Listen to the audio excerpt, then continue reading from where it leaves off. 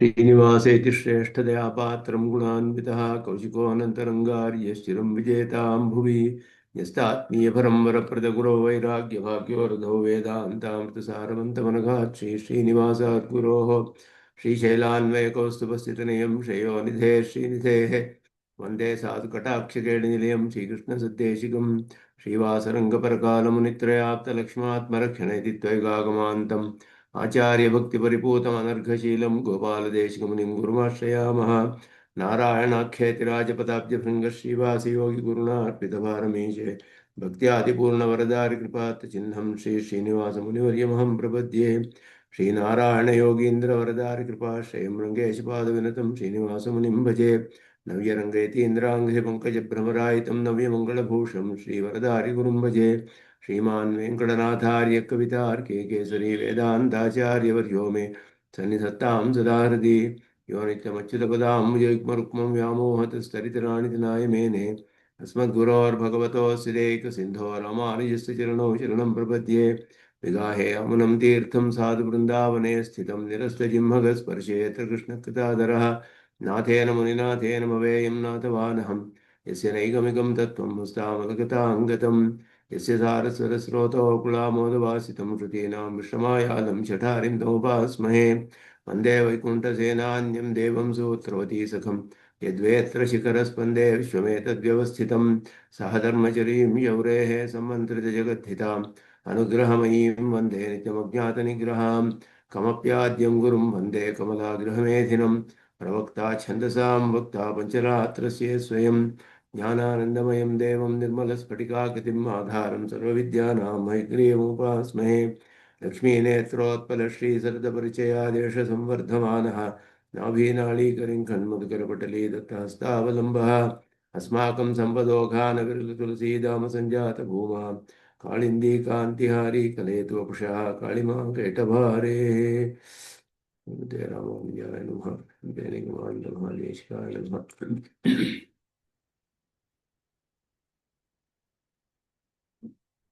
ಸ್ವರೂಪ ಪರಿಣಾಮವನ್ನು ಪರಮಾತ್ಮನಿಗೆ ಹೇಳುವಂತಹ ವಾದಗಳನ್ನು ಪರೀಕ್ಷೆ ಮಾಡ್ತಾ ಇದ್ದಾರೆ.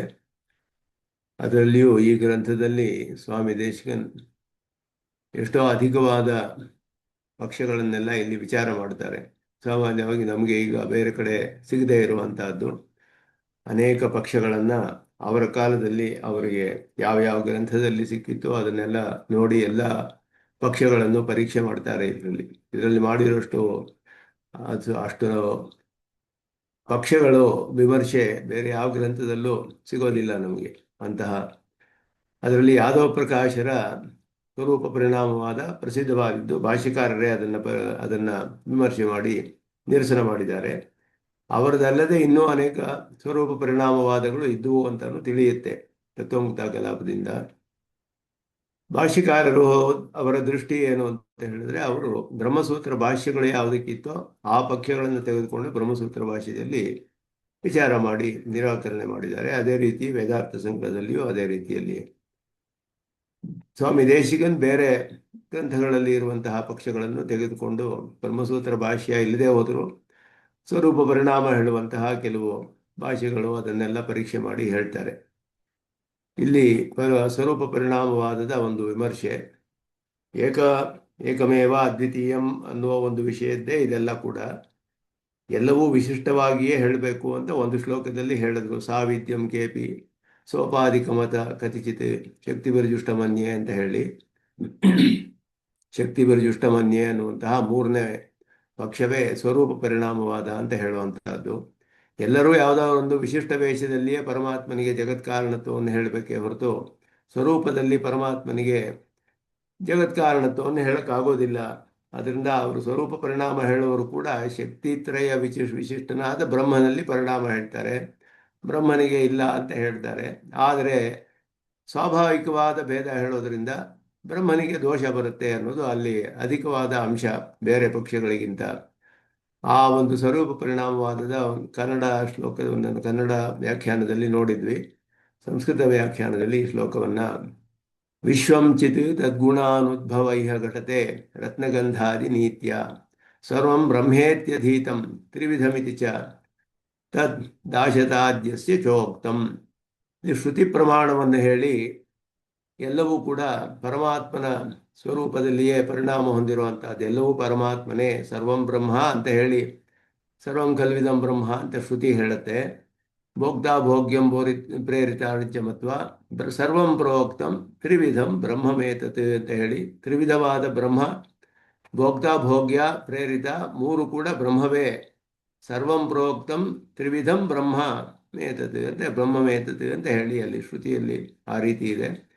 ಎಲ್ಲವೂ ಕೂಡ ಬ್ರಹ್ಮವೇ ಅಂತ ಹೇಳಿ ಮೂರು ವಿಧವಾದ ಬ್ರಹ್ಮವೇ ಮೂರು ವಿಧವಾಗಿ ತೋರ್ತಾ ಇದೆ ಅನ್ನುವ ಅರ್ಥ ಬರೋ ಹಾಗಿದೆ ಆ ಮಂತ್ರದಲ್ಲಿ. ಅದು ಒಂದು ಮಂತ್ರ. ಸರ್ವಂ ಕಲ್ವಿದಂ ಬ್ರಹ್ಮ ಅನ್ನೋದು ಒಂದು ಮಂತ್ರ. ಇದೆಲ್ಲ ಶ್ರುತಿಯಲ್ಲಿ ಹೇಳಿರುವಂಥದ್ದು ಸರ್ವಂ ಬ್ರಹ್ಮ ಇತಿ ಅಧೀತಂ ತ್ರಿವಿಧಮಿತಿ ಚ. ತ್ರಿವಿಧವಾದ ಬ್ರಹ್ಮವೇ ತ್ರಿವಿಧವಾಗಿದೆ ಅಂತ ಹೇಳಿದೆ. ತದ್ದಾಶತ ಆದಿ ಅಸ್ಯ ಚೋಕ್ತಂ ಬ್ರಹ್ಮದಾಸಾಹ ಬ್ರಹ್ಮದಾಶಾಹ ಬ್ರಹ್ಮೇಮೇ ಕಿತವಃ ಅಂತ ಹೇಳಿ ಒಂದು ಶ್ರುತಿಯಲ್ಲಿ ವಾಕ್ಯವಿದೆ ಉಪನಿಷತ್ತಿನಲ್ಲಿ. ಎಲ್ಲರೂ ಕೂಡ ಬ್ರಹ್ಮವೇ ಬ್ರಹ್ಮವೇ ಬ್ರಹ್ಮವೇ ಅಂತ ಹೇಳಿರೋದ್ರಿಂದ ಸಾಕ್ಷಾತ್ತಾಗಿ ಬ್ರಹ್ಮವೇ ಅಂತಾನೆ ನಾವು ಸ್ವೀಕಾರ ಮಾಡಬೇಕು ಅನ್ನೋದು ಇವರ ಪಕ್ಷ. ಆದರೆ ಚಿದಂಶವು ನಮಗೆ ಕಂಡು ಬರೋದಿಲ್ಲ. ಅಚೇತದಲ್ಲಿ ಘಟದಲ್ಲಿ ಅಚೇತನ, ಅದರಲ್ಲಿ ಚೇತನಾಂಶ ಕಂಡು ಬರ್ತಾ ಇಲ್ವಲ್ಲ ಅಂತ ಹೇಳಿದ್ರೆ, ಲೋಕದಲ್ಲಿ ಆ ರೀತಿ ಎಷ್ಟೋ ನೋಡ್ತೀವಿ ನಾವು ಲೋಕದಲ್ಲಿ ಅಂತ ಲೋಕದ ದೃಷ್ಟಾಂತವನ್ನು ಕೊಡ್ತಾರೆ. ವಿಶ್ವಂಚಿತ್, ವಿಶ್ವವೆಲ್ಲ ಚೇತನವೇ ಬ್ರಹ್ಮವೇ, ಆದರೆ ಅದರ ಗುಣವು ಉದ್ಭವವಾಗಿಲ್ಲ, ಪ್ರಕಟವಾಗಿಲ್ಲ ಅಷ್ಟೇ ಹೊರತು ಅದು ಕೂಡ ಬ್ರಹ್ಮವೇ, ಚಿದಂಶವೇ. ಅದು ಕೂಡ ಎಲ್ಲವೂ ಚಿದಂಶವೇ, ಅಚಿದಂಶ ಅನ್ನೋದೇ ಇಲ್ಲ. ಎಲ್ಲ ಬ್ರಹ್ಮವೇ ಚಿತ್ತ, ಅದರಿಂದ ಬ್ರಹ್ಮವು ಚಿದಂಶವೇ ಅದರಲ್ಲಿ. ಹೇಗೆ ಅಂತ ಹೇಳ್ತಾರೆ, ಘಟದೆ ರತ್ನಗಂಧಾದಿ ನೀತ್ಯ ಅಂತ ಹೇಳಿದ್ರು. ರತ್ನಗಂಧಾದಿ ನೀತ್ಯ, ರತ್ನ ಅಂತ ಹೇಳೋದು ಪೃಥ್ವಿಯ ಒಂದು ಪರಿಣಾಮ, ಪೃಥ್ವಿಯ ಒಂದು ಅವಸ್ಥಾ ವಿಶೇಷ. ರತ್ನ ಪಾರ್ಥಿವ ಪದಾರ್ಥ ಅಂತ ಹೇಳಿದ್ರೆ ಪೃಥ್ವಿಯ ಗುಣವಾದ ಗಂಧ ರತ್ನದಲ್ಲಿ ಕಂಡುಬರೋದಿಲ್ಲ. ಆದ್ದರಿಂದ ಗಂಧವಿಲ್ಲದೆ ಇರುವಂತಹ ಪಾರ್ಥಿವ ಪದಾರ್ಥ ಕಂಡುಬರೋ ಹಾಗೆ ಚೇತನಾಂಶ ಇಲ್ಲದೆ ಇರುವಂತಹ ಚೇತನ ಪದಾರ್ಥಗಳು ಕಂಡುಬರಬಹುದು, ಏನು ವಿರೋಧ ಇಲ್ಲ ಅಂತ ಪೂರ್ವ ಪಕ್ಷ. ಇದರಲ್ಲಿ ಪೂರ್ವ ಪಕ್ಷದಲ್ಲಿ ಹೀಗೆ ಶ್ರುತಿ ಪ್ರಮಾಣವನ್ನು ತೋರಿಸಿ ಪೂರ್ಣವಾಗಿ ಸ್ವರೂಪ ಪರಿಣಾಮವನ್ನೇ ಹೇಳ್ತಾರೆ. ಆದ್ದರಿಂದ ಹೀಗೆ ನಾವು ಒಪ್ಕೊಳ್ಬೇಕು ಅಂತ ಹೇಳಿದ್ರೆ ಅದಕ್ಕೆ ಅದನ್ನು ಪ್ರತ್ಯಕ್ಷವಾಗಿ ಚಿದಂಶವು ಕಾಣದೇ ಇರಬಹುದು ಅಂತ ಹೇಳಿದ್ರೆ ಅದಕ್ಕೆ ಒಪ್ಕೊಳ್ತಾರೆ. ಅದಕ್ಕೆ ಇಲ್ಲಿ ಇದನ್ನ ನಿರಸನೆ ಮಾಡುವಂತಹ ಶ್ಲೋಕ ಇದು. ಸರ್ವಂ ಬ್ರಹ್ಮ ಯಾದವ ಪ್ರಕಾಶಮತೆ ಚಿರಚೀಶ್ವರೋ ಇವ ಅಚಿತಃ ಅಪಿ ಬ್ರಹ್ಮವಿಕಾರ ರೂಪತ್ವ ಉಚ್ಯತೆ. ಚಿತ್ ಈಶ್ವರಯೋ ಇವ, ಚೇತನ ಜೀವಾತ್ಮರುಗಳು ಮತ್ತು ಈಶ್ವರರಂತೆ ಅಚಿತ್ತಿಗೂ ಕೂಡ ಬ್ರಹ್ಮವಿಕಾರವೇ ಅಂತ ಒಪ್ಕೊಳ್ತಾರೆ. ತರ್ಹಿ ಘಟಾದೌ ಚೈತನ್ಯಂ ಕುತಃ ನೋಪಲಭ್ಯತೆ. ಘಟ ಮೊದಲಾದ ಅಚೇತನ ಪದಾರ್ಥಗಳಲ್ಲಿ ಚೈತನ್ಯ ಯಾಕೆ ಕಂಡು ಬರ್ತಿಲ್ಲ ಅಂತ ಹೇಳಿದ್ರೆ ಅದನ್ನ ಹೇಳ್ತಾರೆ ವಿಶ್ವಂ ಅಂತ ಹೇಳಿ ಇಲ್ಲಿ ಶ್ಲೋಕದಲ್ಲಿ. ಜಗದಿದಂ ಚಿತ್ ಚೈತನ್ಯ ಸ್ವರೂಪಮೇವ, ಚೈತನ್ಯ ಸ್ವರೂಪ ಬ್ರಹ್ಮ ವಿಕಾರತ್ವಾತ್, ಬ್ರಹ್ಮನ ಸಾಕ್ಷಾತ್ ವಿಕಾರವಾದ್ದರಿಂದ ಜಗತ್ತೆಲ್ಲವೂ ಚೈತನ್ಯ ಸ್ವರೂಪವೇ. ತರ್ಹಿ ಘಟಾದೌ ಚೈತನ್ಯಂ ಕುತಃ ನೋಪಲಭ್ಯತೆ. ಘಟ ಮೊದಲಾದ ಅಚೇತನ ಪದಾರ್ಥಗಳಲ್ಲಿ ಯಾಕೆ ಕಂಡು ಬರ್ತಿಲ್ಲ ಹೇಳಿದ್ರೆ ಘಟಾದೌ ತದ್ಗುಣ ಅನುದ್ಭವ ತಸ್ಯ ಬ್ರಹ್ಮಣಃ ಯಃ ಗುಣಃ ಚೈತನ್ಯ ಸ್ವರೂಪತ್ವಂ ತಸ್ಯ ಅನುದ್ಭವ ಅನುತ್ಕಟತ, ಉತ್ಕಟವಾಗಿಲ್ಲ ಅಷ್ಟೇ, ಅದು ಉದ್ಭವವಾಗಿಲ್ಲ, ಪ್ರಕಟವಾಗಿಲ್ಲ ಅರ್ಥ. ರತ್ನಗಂಧ ಅಧಿನೀತ್ಯ ಘಟತೆ. ರತ್ನ ಪಾರ್ಥಿವ, ಗಂಧ ಪೃಥಿವ್ಯಾ ಗುಣ. ಅಥಾಪಿ ಸಹ ರತ್ನೇನೋಪಲಭ್ಯತೆ. ಪೃಥಿವಿಯ ಪರಿಣಾಮವಾದ ರತ್ನದಲ್ಲಿ ಪೃಥಿವಿಯ ಗುಣ ಕಂಡು ಬರ್ತಾ ಇಲ್ಲ. ಆದ್ದರಿಂದ ಅದೇ ರೀತಿ ಬ್ರಹ್ಮನ ಪರಿಣಾಮವಾದ ಅಚೇತನಲ್ಲಿ ಚೈತನ್ಯಾಂಶ ಕಂಡು ಬರ್ತಾ ಇಲ್ಲ. ಯಾಕೆ ಅಂತ ಕೇಳಿದ್ರೆ ಅತ್ಯಂತ ಅನುತ್ಕಟತ್ವಾತ್ ಇತಿ ಸರ್ವೈಹಿ ವಕ್ತವ್ಯಂ. ಯಾಕೆ ಗಂಧ ಕಂಡು ಬರ್ತಿಲ್ಲ ರತ್ನದಲ್ಲಿ? ಗಂಧ ಇಲ್ಲವೇ ಇಲ್ಲ ಅಂತ ಹೇಳಕ್ಕಾಗಲ್ಲ, ಪಾರ್ಥಿವ ಪದಾರ್ಥವೇ ಅದು, ಪೃಥಿವಿಯ ಪರಿಣಾಮವೇ. ಆದ್ದರಿಂದ ರತ್ನವು ಗಂಧ ಇರಲೇಬೇಕು. ಆದರೆ ಯಾಕೆ ತಿಳಿಯೋದಿಲ್ಲ ಅಂದರೆ ಅಲ್ಲಿ ಪ್ರಕಟವಾಗಿಲ್ಲ ಅಂತಾನೆ ಅರ್ಥ ಹೇಳಬೇಕು. ಎಲ್ಲರೂ ಹಾಗೆಯೇ ಒಪ್ಕೊಳ್ಬೇಕು. ಪ್ರಕಟವಾಗೋದಿಲ್ಲ ನಮಗೆ, ಅತ್ಯಂತ ಅನುತ್ಕಟತ್ವಾತ್, ತುಂಬ ಕಡಿಮೆಯಾಗಿ ಇದೆ, ಆದ್ದರಿಂದ ನಮ್ಗೆ ತಿಳಿದು ಬರ್ತಾ ಇಲ್ಲ. ಅದೇ ರೀತಿ ಸಚ್ಚಿದಾನಂದ ಸ್ವರೂಪ ಬ್ರಹ್ಮಕಾರ್ಯೇ ಜಗತಿ. ಸಚ್ಚಿದಾನಂದ ಅಂತ ಹೇಳಲ್ಪಟ್ಟ ಪರಮಾತ್ಮನ ಕಾರ್ಯವಾದ ಈ ಜಗತ್ತಿನಲ್ಲಿ ಘಟಾದೌ ಜಡೆ ಸತ್ತಾ ಮಾತ್ರಸ್ಯ ಪ್ರಕಟತ. ಸತ್ ಚಿತ್ ಆನಂದ ಅಂತ ಮೂರು ಆಕಾರಗಳಿದೆ ಪರಮಾತ್ಮನಿಗೆ. ಆ ಸತ್ ಅಂತ ಹೇಳೋದು ಮಾತ್ರ ಘಟದಲ್ಲಿ ಇದೆ. ಚಿತ್ ಚೇತನಗಳಲ್ಲಿ ಏನಿದೆ ಆತ್ಮರುಗಳಲ್ಲಿ ಅಂದರೆ ಸತ್ ಚಿತ್ವಯೋಹೋ ಪ್ರಕಟತ. ಸತ್ವವೂ ಇದೆ, ಚಿತ್ತವೂ ಇದೆ, ಎರಡೂ ಇದೆ. ಚೈತನ್ಯವೂ ಇದೆ, ಸತ್ ಅನ್ನೋದು ಇದೆ. ಸತ್ ಚಿತ್ ಆನಂದದಲ್ಲಿ ಸತ್ ಅನ್ನೋದು ಬರೀ ಅಚೇತನದಲ್ಲಿ, ಸತ್ ಚಿತ್ ಅನ್ನೋದು ಚೇತನದಲ್ಲಿ, ಸಚಿತ್ ಆನಂದ ಮೂರು ಈಶ್ವರನಲ್ಲಿದೆ. ಈಶ್ವರೇ ಸಚ್ಚಿದಾನಂದಾನಾಂ ಪ್ರಕಟತ ಘಟತೆ. ಈ ರೀತಿ ವಿಭಾಗ ಮಾಡ್ತಾರೆ. ಸತ್ ಚಿತ್ ಆನಂದ ಅನ್ನೋದು, ಸತ್ ಅನ್ನೋದು ಅಚೇತನ, ಸತ್ ಚಿತ್ ಅನ್ನೋದು ಚೇತನದಲ್ಲಿ, ಸಚ್ಚಿತ್ ಆನಂದ ಅನ್ನೋದು ಈಶ್ವರನಲ್ಲಿ. ಈಶ್ವರನು ಬ್ರಹ್ಮನ ವಿಕಾರವೇ. ಈಶ್ವರ ಅನ್ನೋದು ಬ್ರಹ್ಮನಿಗಿಂತ ಬೇರೆ ಯಾವುದು? ಈಶ್ವರ ಬ್ರಹ್ಮನ ವಿಕಾರ. ಆದ್ದರಿಂದ ಮೂರು ಇದೆ ಈಶ್ವರನಲ್ಲಿ.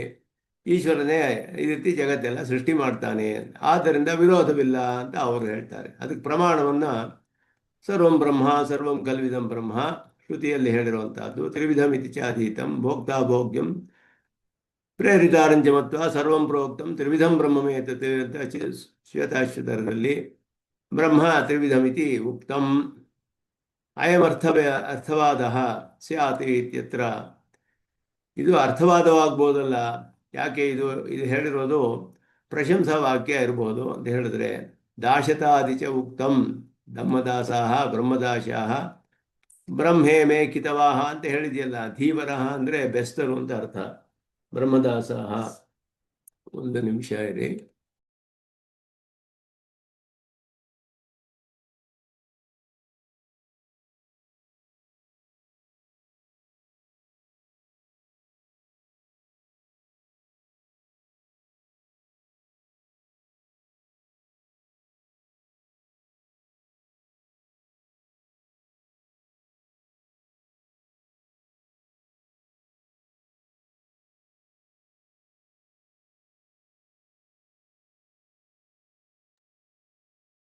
ಕ್ಷಮಿಸ್ಬೇಕು.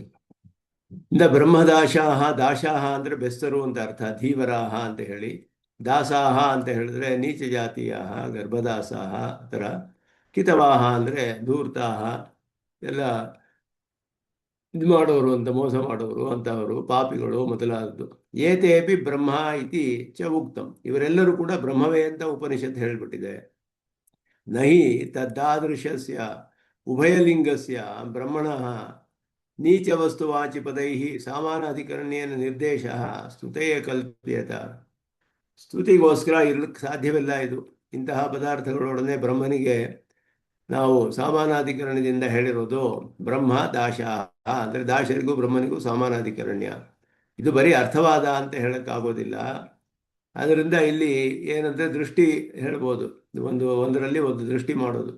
ಮಂತ್ರಿಣಿ ರಾಜದೃಷ್ಟಿ ಭವೇತ್ ಅಭ್ಯುದಯಾಯ, ರಾಜನಿ ಮಂತ್ರಿ ದೃಷ್ಟಿ ತು ಅಭ್ಯಾಘಾತಾಯ. ಉದಯ ಅಭಿ ಆಘಾತ ಅಂತ ಹೇಳಿ, ಅಭ್ಯುದಯ ಅಭ್ಯಾಘಾತ. ಮಂತ್ರಿಯಲ್ಲಿ ರಾಜದೃಷ್ಟಿ ಮಾಡಿದ್ರೆ ನಮಗೆ ಒಳ್ಳೆ ಫಲ ಸಿಗುತ್ತೆ. ಮಂತ್ರಿಯನ್ನು ಹೋಗಿ ನೀನೇ ರಾಜ ಅಂತ ಹೊಗಳಿದ್ರೆ ಅವನು ಬಹಳ ಸಂತೋಷವಾಗಿ ಎಲ್ಲ ಎಲ್ಲ ನಮ್ಮ ಕೆಲಸ ಎಲ್ಲ ಮಾಡಿಕೊಟ್ಬಿಡ್ತಾನೆ. ರಾಜನ ಹತ್ರ ಹೋಗಿ ನೀನು ಮಂತ್ರಿ ಅಂತ ಹೇಳಿದ್ರೆ ಶಿಕ್ಷೆ ಸಿಗುತ್ತೆ. ಯಾಕೆಂದರೆ ಉತ್ಕೃಷ್ಟದಲ್ಲಿ ನಿಕೃಷ್ಟವಾದ ಪದಾರ್ಥವನ್ನು ನಾವು ದೃಷ್ಟಿ ಮಾಡೋಕ್ಕಾಗೋದಿಲ್ಲ. ನಿಕೃಷ್ಟದಲ್ಲಿ ಉತ್ಕೃಷ್ಟವನ್ನು ಮಾಡಬಹುದು. ಆದ್ದರಿಂದ ಇಲ್ಲಿ ಪ್ರತೀಕೋಪಾಸನೆಯಲ್ಲಿ ಹಾಗೆಯೇ, ಪ್ರತೀಕೋಪಾಸನೆ ಅಂತ ದೃಷ್ಟಿ ವಿಧಿ ಅಂತ ಅದಕ್ಕೆ ಹೆಸರು. ಆದ್ದರಿಂದ ಇಲ್ಲಿ ಹೀಗೆ ಮಾಡೋಕ್ಕೆ ಸಾಧ್ಯವಿಲ್ಲ. ಆದ್ದರಿಂದ ಬ್ರಹ್ಮನಿಗೆ ದಾಶಾಹ ಅಂತ ಹೇಳಿದ್ರೆ, ಬ್ರಹ್ಮನಿಗೆ ಹೋಗಿ ದಾಶ ಅಂತ ಹೇಳಿದ್ರೆ ಅದು ನಮಗೆ ಶಿಕ್ಷೆ ಆಗುತ್ತೆ ಅಷ್ಟೇ. ಬ್ರಹ್ಮನಲ್ಲಿ ದಾಶನ ದೃಷ್ಟಿ ಮಾಡೋಕ್ಕಾಗೋದಿಲ್ಲ. ಆದ್ದರಿಂದ ಇದು ಯಥಾರ್ಥಂ ಗ್ರಾಹ್ಯಂ. ಹೇಗಿದೆಯೋ ಹಾಗೆ ಬ್ರಹ್ಮನೇ ದಾಶನಾಗಿದ್ದಾನೆ ಅಂತ ತಗೊಳ್ಬೇಕು. ಇಲ್ಲದೆ ಹೋದರೆ ವಿರೋಧ ಬರುತ್ತೆ, ದೃಷ್ಟಿವಿಧಿ ಮಾಡೋಕ್ಕಾಗೋದಿಲ್ಲ ಅಂತ ಪೂರ್ವ ಪಕ್ಷ. ಆದ್ದರಿಂದ ಏವಂ ಪಾಪವಾಚಿ ಶಬ್ದೇನ ಬ್ರಹ್ಮಣಃ ಸಮಾನಾಧಿಕರಣ ನಿರ್ದೇಶಾತ್ ಸತ್ ಸತ್ರೂಪಂ ಬ್ರಹ್ಮ ಸರ್ವಾನುವೃತ್ತಂ ಉಪಾದಾನತ್ವಾತ್ ಉಪಾದೇಯ ಜಗತಿ ಅನುವೃತ್ತಂ. ಉಪಾದಾನವ ಕಾರಣವಾದದ್ದು ಬ್ರಹ್ಮ. ಉಪಾದೇಯ ಅಂದರೆ ಅದರಿಂದ ಸೃಷ್ಟವಾದ ಪದಾರ್ಥ ಕಾರ್ಯ, ಅದು ಜಗತ್ತು. ಉಪಾದಾನ ಬ್ರಹ್ಮ, ಉಪಾದೇಯ ಜಗತ್ತು. ಆ ಉಪಾದಾನವಾದ ಬ್ರಹ್ಮನ ಸದ್ರೂಪವೇ ಜಗತ್ತಿನಲ್ಲಿಯೂ ಅನುವೃತ್ತವಾಗಿದೆ ಅನ್ನೋದನ್ನು ನಾವು ಒಪ್ಕೊಳ್ಬೇಕು. ಆದ್ದರಿಂದಲೇ ಅನವಧಿ ದಶಾ ಚಿತ್ರಂ ಸಂಖ್ಯೇಯಾಭಿ ಅವಸ್ಥಾಭಿ ವಿಚಿತ್ರ ನಾನಾ ರೂಪಂ ವರ್ತತೆ ಇತಿ ಶ್ರುತಿಯುಕ್ತತ್ವಾದ ಅಂಗೀಕಾರಿ. ಇಷ್ಟು ವಿಧವಾದ ವಿಚಿತ್ರವಾದ ಪದಾರ್ಥಗಳಲ್ಲಿ ಇದೆ, ನಾನಾ ರೂಪವಾಗಿದೆ ಅಂತ ಹೇಳೋದ್ರಿಂದ ಎಲ್ಲವೂ ಬ್ರಹ್ಮವೇ, ಬ್ರಹ್ಮನ ವಿಕಾರವೇ ಸಾಕ್ಷಾತ್ತಾಗಿ ಅಂತ ನಾವು ಒಪ್ಕೊಳ್ಬೇಕು. ದೃಷ್ಟಿವಿಧಿಯೂ ಮಾಡೋಕ್ಕಾಗೋದಿಲ್ಲ, ಉಪನಿಷತ್ತೇ ಹೇಳ್ತಾ ಇದೆ ಎಲ್ಲ ಬ್ರಹ್ಮವೇ ಅಂತ ಹೇಳಿಬಿಟ್ಟು. ಅದನ್ನು ಈಗ ನಿರಾಕರಣೆ ಮಾಡ್ತಾರೆ. ಇತಿ ಅಪಿ ಅಯುಕ್ತಂ ಅಂತ ಹೇಳಿ, ಇದು ಯುಕ್ತವಲ್ಲ. ಯಾಕೆ ಅಂತ ಹೇಳಿದ್ರೆ ಪ್ರತ್ಯಕ್ಷ ಅಗೋಚರತ್ವಂ ಚಕ್ಷುರಾದಿ ಇಂದ್ರಿಯ ಅಗ್ರಾಹ್ಯತ್ವಂ ತತ್ಪ್ರಭೃತಯ ಭೂಭಿದಾಹ ಭೇದಾಹ ವೈಲಕ್ಷಣ್ಯಾನಿ ತದಾದಿ ಸರ್ವೋಕ್ತಿಭಾದಾತ್ ತಾದೃಶ ಸರ್ವವಿಧ ಶ್ರುತಿವಾಕ್ಯ ವಿರೋಧಾತ್ ಅಯುಕ್ತಂ. ಪ್ರತ್ಯಕ್ಷವಾಗಿ ಇಂದ್ರಿಯಗಳಿಂದ ನಾವು ಇದು ಚೈತನ್ಯ ಇದೆ ಅಥವಾ ಅಪ್ರಕಟವಾಗಿದೆ, ಚೈತನ್ಯ ಅನ್ನೋದು ನಮಗೆ ತಿಳಿದು ಬರೋದಿಲ್ಲ. ಸತ್ವ ಅನ್ನೋದನ್ನು ಕೂಡ ಪ್ರತ್ಯಕ್ಷವಾಗಿ ತಿಳಿಯಕ್ಕೆ ಸಾಧ್ಯವಿಲ್ಲ. ಘಟದಲ್ಲಿ ಬ್ರಹ್ಮನ ಸತ್ ಅನ್ನೋ ಅಂಶವಿದೆ, ಚೈತನ್ಯಾಂಶ ಅಂತ ಹೇಳಬೇಕಾದ್ರೆ ಅಲ್ಲಿ ಏನಾದರೂ ಕಂಡು ಬರಬೇಕು ನಮಗೆ. ಆದರೆ ಯಾವುದು ಪ್ರತ್ಯಕ್ಷವಾಗಿ ಕಂಡು ಬರೋದಕ್ಕೆ ಸಾಧ್ಯವಿಲ್ಲ, ಇಂದ್ರಿಯಗಳಿಂದ ಇದು ತಿಳಿಯಕ್ಕಾಗೋದಿಲ್ಲ. ಮತ್ತೆ ಈ ಇಷ್ಟು ವಿಧವಾದ ವಿಲಕ್ಷಣವಾದ ಪದಾರ್ಥಗಳಿದೆ, ಈ ಪದಾರ್ಥಗಳೆಲ್ಲವೂ ಕೂಡ ಬ್ರಹ್ಮವೇ ಅಂತ ಹೇಳಿಬಿಟ್ರೆ ಎಲ್ಲ ವಿಧವಾದ ಶ್ರುತಿಗಳಿಗೂ ವಿರೋಧ ಬರುತ್ತೆ. ಶ್ರುತಿಯು ಬೇಕಾದಷ್ಟು ಹೇಳುತ್ತೆ. ಅಜಾಕೇಕಾಂ ಲೋಹಿತ ಕೃಷ್ಣ ಅಜಾಕೇನಾಂ ಲೋಹಿತ ಶುಕ್ಲಕೃಷ್ಣಾಂ ಬಕ್ವಿ ಪ್ರಜಾಂ ಜನಯಂತೀಂ ಸ್ವರೂಪಾಂ. ಅಜ ಅನ್ನುವುದರ ಪರಿಣಾಮವೇ ಅಂತ ಹೇಳಿದೆ ಶ್ರುತಿ, ಪ್ರಕೃತಿ ಅಂತ ಹೇಳಿ ಅದರ ಪರಿಣಾಮ ಅಂತ ಹೇಳುತ್ತೆ. ತಮೋಮಯವಾದದ್ದು ಅಂತೆಲ್ಲ ಹೇಳಿ ಬೇಕಾದ ಇತರ ಶ್ರುತಿಗಳು ಬೇಕಾದಷ್ಟು ಇದೆ ಪ್ರಕೃತಿಯ ಪರಿಣಾಮವನ್ನೆಲ್ಲ ಹೇಳುವಂಥದ್ದು. ಆದ್ದರಿಂದ ಇದೆಲ್ಲವೂ ಬ್ರಹ್ಮನೇ ಅಂತ ಹೇಳುವುದು ಶ್ರುತಿಗೆ ವಿರೋಧವಾಗುತ್ತೆ. ಜಗದ್ಬ್ರಹ್ಮಣೋ ಪರಸ್ಪರಂ ಅತ್ಯಂತ ವೈಲಕ್ಷಣ್ಯಂದು ಸರ್ವವೇದಾಂತಿ ಸಮ್ಮತಂ. ಅತ್ಯಂತ ವಿಲಕ್ಷಣವಾದದ್ದು ಜಗತ್ತು ಬ್ರಹ್ಮನಿಗಿಂತ ಅನ್ನೋದು ಎಲ್ಲ ವೇದಾಂತಿಗಳು ಒಪ್ಕೊಳ್ಳುವಂಥ ವಿಷಯ. ಆದ್ದರಿಂದ ಬೇರೆ ವೇದಾಂತಿಗಳಲ್ಲಿ ಬೇರೆ ಇರುವಂತಹ ಭೇದಾಭೇದ ಪಕ್ಷವಾಗಲಿ, ಅದ್ವೈತ ಪಕ್ಷವಾಗಲಿ, ದ್ವೈತ ಪಕ್ಷವಾಗಲಿ, ವಿಶಿಷ್ಟಾದ್ವೈತ ಪಕ್ಷವಾಗಲಿ, ಎಲ್ಲರಿಗೂ ಜಗತ್ತಿಗೂ ಬ್ರಹ್ಮನಿಗೂ ಅತ್ಯಂತ ವೈಲಕ್ಷಣ್ಯವನ್ನು ಎಲ್ಲರೂ ಒಪ್ಕೊಂಡಿರುವಂಥದ್ದು. ಜಗತ್ತು ಇದಮಿತಿ ಸ್ಪಷ್ಟ ನಿರ್ದೇಶಾರ್ಹಂ, ಇದು ಜಗತ್ತು ಅಂತ ಪದಾರ್ಥಗಳನ್ನು ನೋಡಿ ನಾವು ತಿಳಿದುಕೊಳ್ಬಹುದು, ಸ್ಪಷ್ಟವಾಗಿ ಪ್ರತ್ಯಕ್ಷವಾಗಿ ತಿಳಿಯುವ ವಿಷಯ. ಬ್ರಹ್ಮತೋ ಅದ್ರೇಶ್ಯಂ ಅಗ್ರಾಹ್ಯಂ ಇತ್ಯಾದವು ತದ್ವಿಪರೀತಂ ಉಪದಿಷ್ಟಂ. ಬ್ರಹ್ಮನಿಗೆ ಅದಕ್ಕಿಂತ ವಿಪರೀತವಾಗಿ ಶ್ರುತಿಯು ಹೇಳಲ್ಪಟ್ಟಿದೆ. ಉಭಯೋಹ ಅಭೇದ ಕಥಂ ವಾ ಸಂಭವೇತ್ ಅಂತ ಹೇಳಿ ಪ್ರಶ್ನೆ. ಅದಕ್ಕೆ ನಚ ಸರ್ವಂ ಕಲ್ವಿದಂ ಬ್ರಹ್ಮ ಇತ್ಯಪಿ ಶ್ರುತಿರುಪದಿಶತಿ ಇದಂ ಈ ಪ್ರತ್ಯಕ್ಷ ಪ್ರತಿಪದ್ದಂ ಸರ್ವಂ ಜಗತ್ ಬ್ರಹ್ಮ ಇತಿ ಬ್ರಹ್ಮ ಅಭೇದಂ.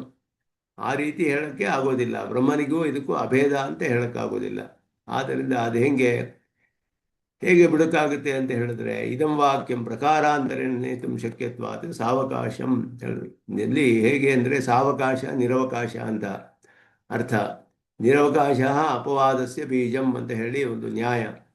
ನಿರವಕಾಶ ಅಪವಾದಸ್ಯ ಬೀಜಂ, ಅಲ್ಲಿ ಎಲ್ಲೆಲ್ಲಿ ಅವಕಾಶವಿದೆಯೋ ನಾವು ಅರ್ಥ ಮಾಡುವಾಗ, ಒಂದು ವಿಷಯವನ್ನು ವ್ಯವಸ್ಥೆ ಮಾಡುವಾಗ ಅರ್ಥಗಳನ್ನು ಅದಕ್ಕೆ ಹೇಗೆ ನಾವು ವ್ಯವಸ್ಥೆ ಮಾಡಬೇಕು ಅಂತ ಹೇಳಿದ್ರೆ ಯಾವುದಕ್ಕೂ ವಿರೋಧ ಬರದೇ ಇರೋ ಹಾಗೆ ಮಾಡಬೇಕು.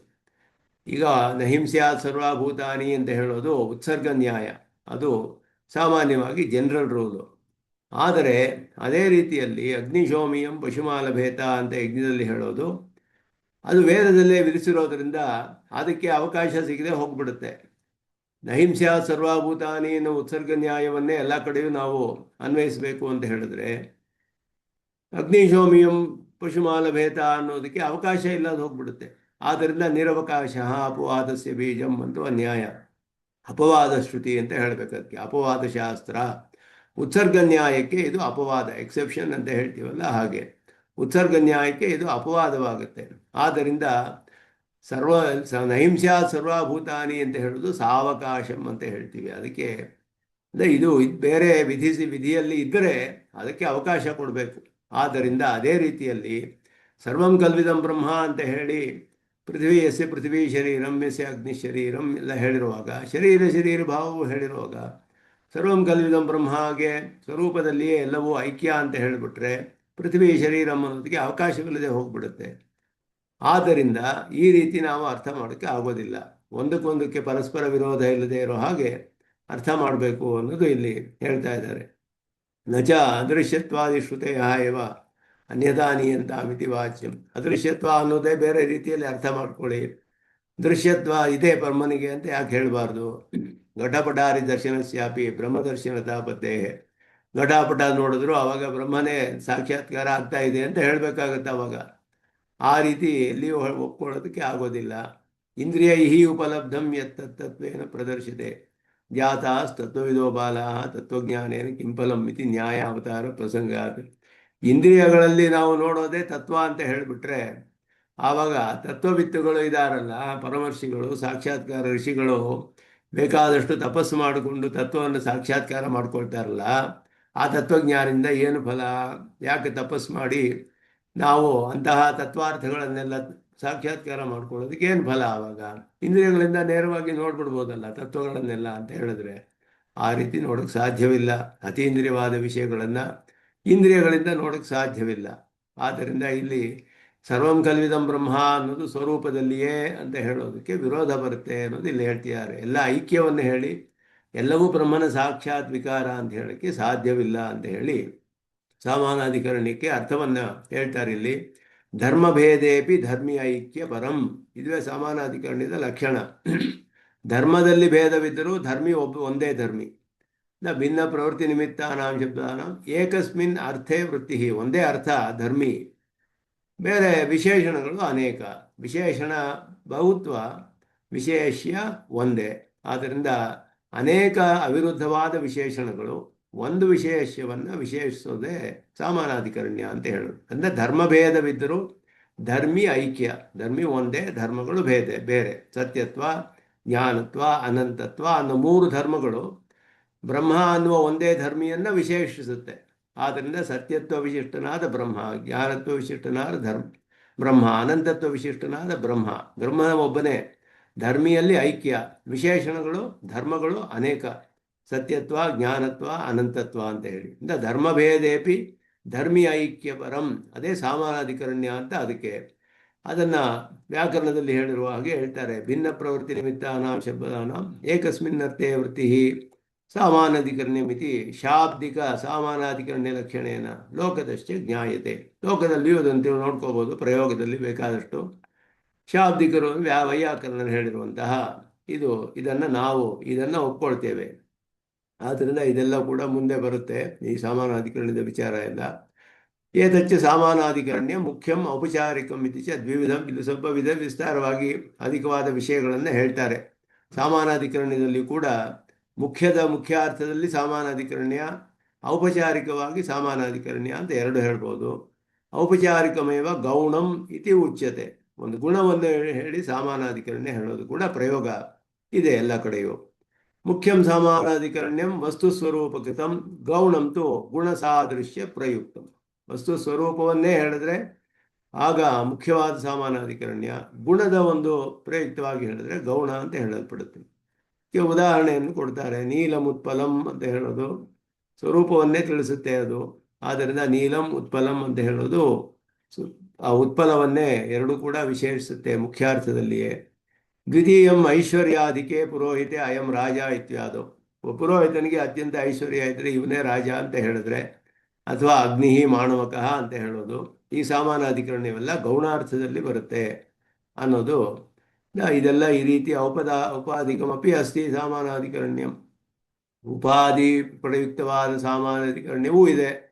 ಯಾಕೆಂದರೆ ಲೋಹಿತ ಸ್ಫಟಿಕ ಇತ್ಯಾದು, ಇಲ್ಲೆಲ್ಲ ಸಾಮಾನಾಧಿಕರಣ್ಯಕ್ಕೆ ಸ್ವಲ್ಪ ವಿಶೇಷವಾದ ವಿಷಯಗಳನ್ನು ತಿಳಿಸ್ತಾರೆ.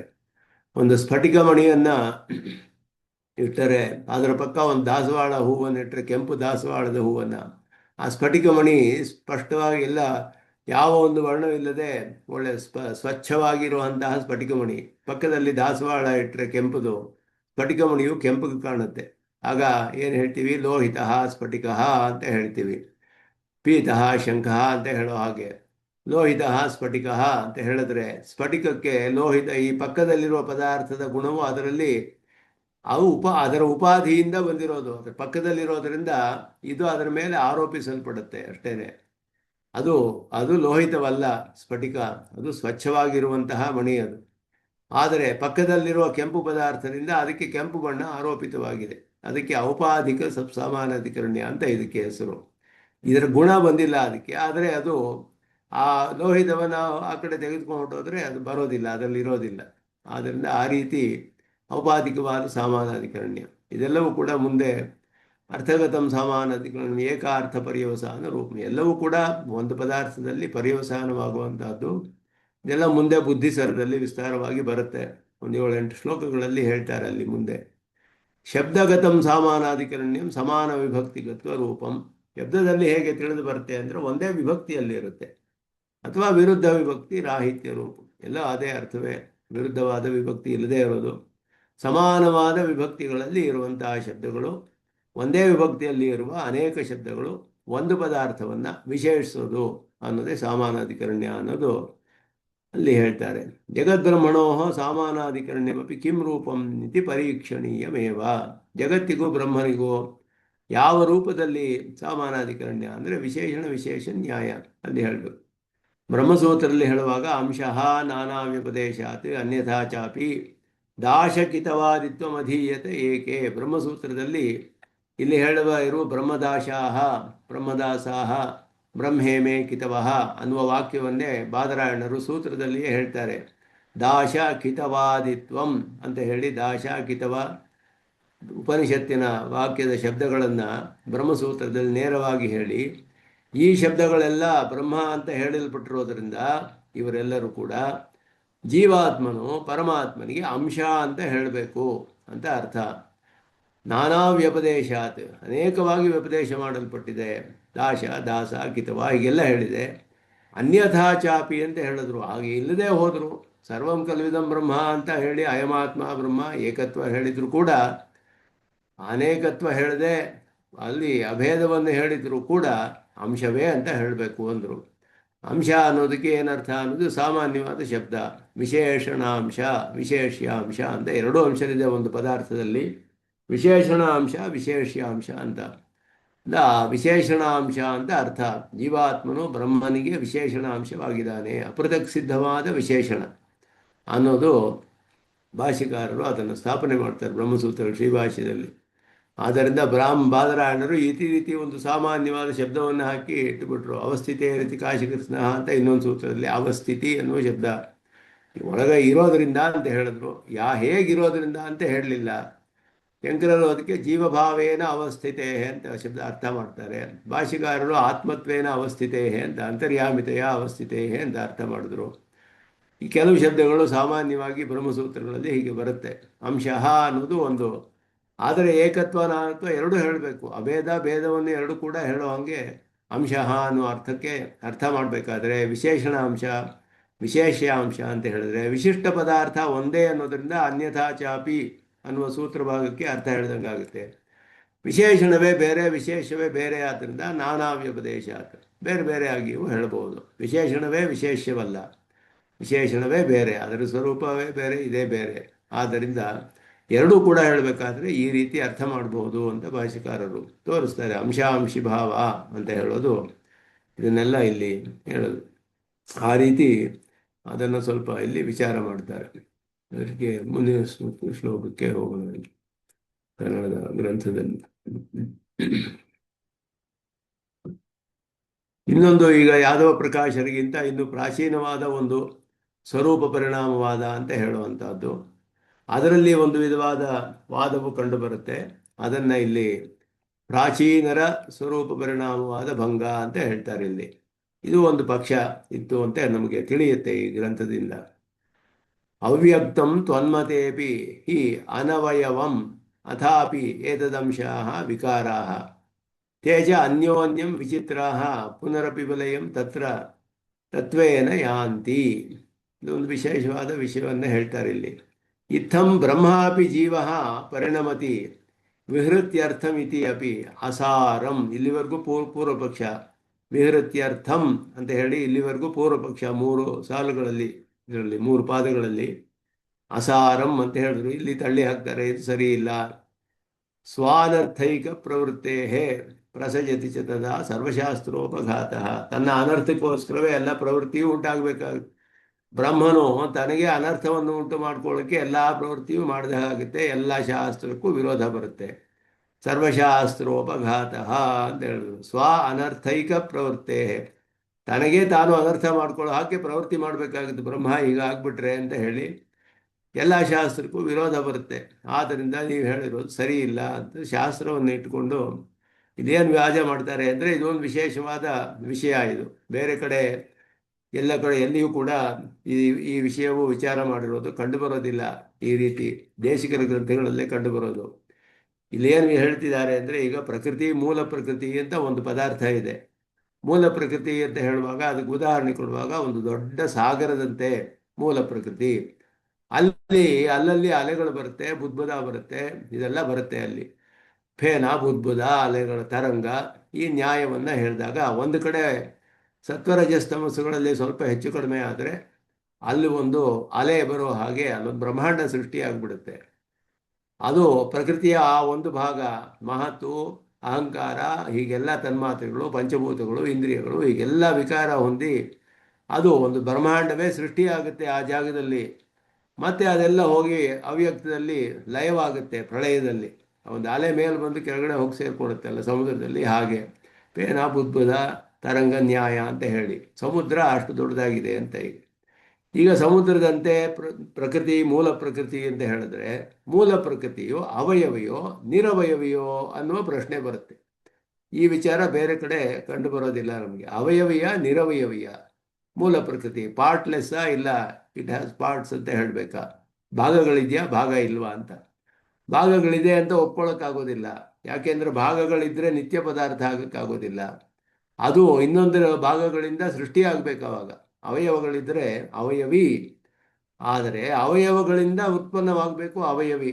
ಇದು ಅವಯವಿ ಆಗಿಬಿಟ್ರೆ ಬೇರೆ ಒಂದು ಪದಾರ್ಥಗಳಿಂದ ಸೃಷ್ಟಿಯಾಗಬೇಕಾಗುತ್ತೆ. ಇದು ಪಾರ್ಟ್ಸ್ ಇದ್ದರೆ ಆ ಪಾರ್ಟ್ಸ್ ಎಲ್ಲ ಬೇರೆ ಬೇರೆ ಆಯ್ತಲ್ಲ, ಅದಕ್ಕೆ ಒಂದು ಕಾರಣ ಇರಬೇಕು ಆವಾಗ ಈ ಸೃಷ್ಟಿಯಾಗಕ್ಕೆ, ಅವಯವಿ ಅಂತ ಹೇಳಿದ್ರೆ. ಆದ್ದರಿಂದ ಒಂದು ಇವಾಗ ಮ್ಯಾನುಫ್ಯಾಕ್ಚರ್ ಪ್ರಾಡಕ್ಟ್ ಅಂತ ಹೇಳಿದ್ರೆ ಅದಕ್ಕೆ ಬೇಕಾದಷ್ಟು ಪಾರ್ಟ್ಸ್ ಬೇಕಾಗುತ್ತೆ, ಆ ಪಾರ್ಟ್ಸ್ಗೆ ಇನ್ನೊಂದಷ್ಟು ಪಾರ್ಟ್ಸ್ ಬೇಕಾಗುತ್ತೆ, ಅದಕ್ಕೆ ಬೇಕಾಗುತ್ತೆ. ಹೀಗೆ ಮೂಲ ಪ್ರಕೃತಿ ಅನ್ನೋದು ನಿರವಯವಿಯಾಗಿರ್ಬೇಕು. ಅದಕ್ಕೆ ಪರಮಾಣು ಅಂತ ಅವರು ಸ್ಥಾಪನೆ ಮಾಡ್ತಾರೆ ನೈಯಾಯಿಕರು, ಪ್ರಧಾನ ಅಂತ ಹೇಳ್ತಾರೆ ಸಾಂಖ್ಯರು. ನಾವು ಮೂಲ ಪ್ರಕೃತಿ ಅಂತ ಶ್ರುತಿಯಲ್ಲಿ ಹೇಳಿದ ಹಾಗೆ ಸ್ವೀಕಾರ ಮಾಡ್ತೀವಿ. ಆ ಮೂಲ ಪ್ರಕೃತಿ ನಿರವಯವಿಯೇ ಅಂತಾನೆ ಸಿದ್ಧಾಂತ. ಆದರೂ ಪರಮಾತ್ಮನ ಒಂದು ಸಂಕಲ್ಪದಿಂದ ಒಂದು ಭಾಗದಲ್ಲಿ ಪರಿಣಾಮ ಹೊಂದುತ್ತೆ ಅಂತಾನು ಕೂಡ ಒಪ್ಕೊಳ್ಬೇಕು. ಇದು ಶ್ರುತ್ಯರ್ಥಾಪತ್ತಿ ಅಂತ ಶ್ರುತಿ ಹೇಳಿರೋದ್ರಿಂದ ಹಾಗೆ ಒಪ್ಕೊಳ್ಬೇಕು ನಾವು. ನಿರವಯವಿಯಾಗಿದ್ದರೂ ಅವನ ಸಂಕಲ್ಪದಿಂದ ಒಂದು ಭಾಗದಲ್ಲಿ ಪರಿಣಾಮ ಉಂಟಾಗಬಹುದು ಅನ್ನೋದನ್ನು ನಾವು ಒಪ್ಕೊಂಡಿದ್ದೀವಿ. ಆ ವಿಚಾರವನ್ನು ಇಲ್ಲಿ ಹೇಳ್ತಾರೆ. ನೀವು ಹೀಗೆ ಒಪ್ಕೊಂಡಿದ್ದೀರಲ್ಲ, ಇದೇ ರೀತಿ ಬ್ರಹ್ಮನಲ್ಲಿ, ಬ್ರಹ್ಮ ಪೂರ್ತಿ ಒಂದು ಕಟ್ಟೆಯಂತೆ ಇದ್ದರೆ ಆ ಬ್ರಹ್ಮನಲ್ಲಿ ಒಂದು ಭಾಗದಲ್ಲಿ ಮಾತ್ರ ಪರಿಣಾಮ ಆಗಿ ಜಗತ್ತು ಚಿತ್ ಅಚಿತ್ ಈಶ್ವರ ಆಗಬಹುದು, ಮತ್ತು ಮಿಕ್ಕಿದ ಭಾಗ ಹಂಗೆ ಇರ್ಬೋದು, ಯಾವುದು ಇಲ್ಲದೆ ನಿರವಯವಿ ಆಗಿರಬಹುದು. ನೀವು ಪ್ರಕೃತಿಯಲ್ಲಿ ಹೀಗೆ ಒಪ್ಕೊಂಡಿದ್ದೀರಲ್ಲ ಅಂತ ಹೇಳ್ತಾರೆ. ಆದರೆ ಬ್ರಹ್ಮನಿಗೆ ದೋಷಗಳು ಬಂದ್ಬಿಡುತ್ತೆ ಅಂತ ಇಲ್ಲಿ ವಿಶೇಷ ಹೇಳೋದು. ಅವನಿಗೆ ದೋಷಗಳೆಲ್ಲ ಬರುತ್ತೆ. ಜೀವಾತ್ಮನ ಸುಖ ದುಃಖಗಳೆಲ್ಲ ಬ್ರಹ್ಮನೇ ಅನುಭವಿಸ್ಬೇಕಾಗತ್ತೆ. ಪ್ರಕೃತಿಯ ಪರಿಣಾಮಗಳೆಲ್ಲ ಪರಮಾತ್ಮನಿಗೆ ಬಂದರೆ ಅವಿಕಾರಿ ಅನ್ನೋದು ಹೋಗ್ಬಿಡುತ್ತೆ. ಇದೆಲ್ಲ ಬ್ರಹ್ಮನಲ್ಲಿ ದೋಷ ಬರುತ್ತೆ ಆವಾಗ. ಅದನ್ನು ಹೇಳ್ತೀರ. ಅವ್ಯಕ್ತಂ ತ್ವನ್ಮತೇಪಿ, ನಿಮ್ಮ ಮತದಲ್ಲಿಯೂ ಅವ್ಯಕ್ತ ಅನ್ನುವ ಪದಾರ್ಥವು ಮೂಲ ಪ್ರಕೃತಿ ಈ ಅನವಯವಂ, ಅವಯವಿ ಅಲ್ಲ, ಅವಯವಗಳನ್ನು ಹೊಂದಿಲ್ಲದೆ ಇರೋದು. ಅಥಾಪಿ ಏತದ್ ಅಂಶ ವಿಕಾರ, ಹಾಗಿದ್ರೂ ಇದರ ಅಂಶದಿಂದ ವಿಕಾರ ಉಂಟಾಗುತ್ತೆ ಅಂತ ಹೇಳಿದ್ರಿ. ಅಂಶವಿಲ್ಲದ ಒಂದು ಪದಾರ್ಥದಿಂದ ಅದರ ಒಂದು ಅಂಶದಲ್ಲಿ ವಿಕಾರ ಉಂಟಾಗುತ್ತೆ ಅಂತ ನೀವು ಒಪ್ಕೊಂಡಿದ್ದೀರಾ ಅಂತ ಹೇಳ್ತಾರೆ ಪೂರ್ವ ಪಕ್ಷ. ತೇಜ ಅನ್ಯೋನ್ಯಂ ವಿಚಿತ್ರಾ ಪುನರಪಿ ವಿಲಯಂ ತತ್ರ ತತ್ವೇನ ಯಾನ್. ಇದೆಲ್ಲ ಕೂಡ ಮತ್ತೆ ಮತ್ತೆ ಅದರಲ್ಲೇ ಹೋಗಿ ಲಯವಾಗುತ್ತೆ.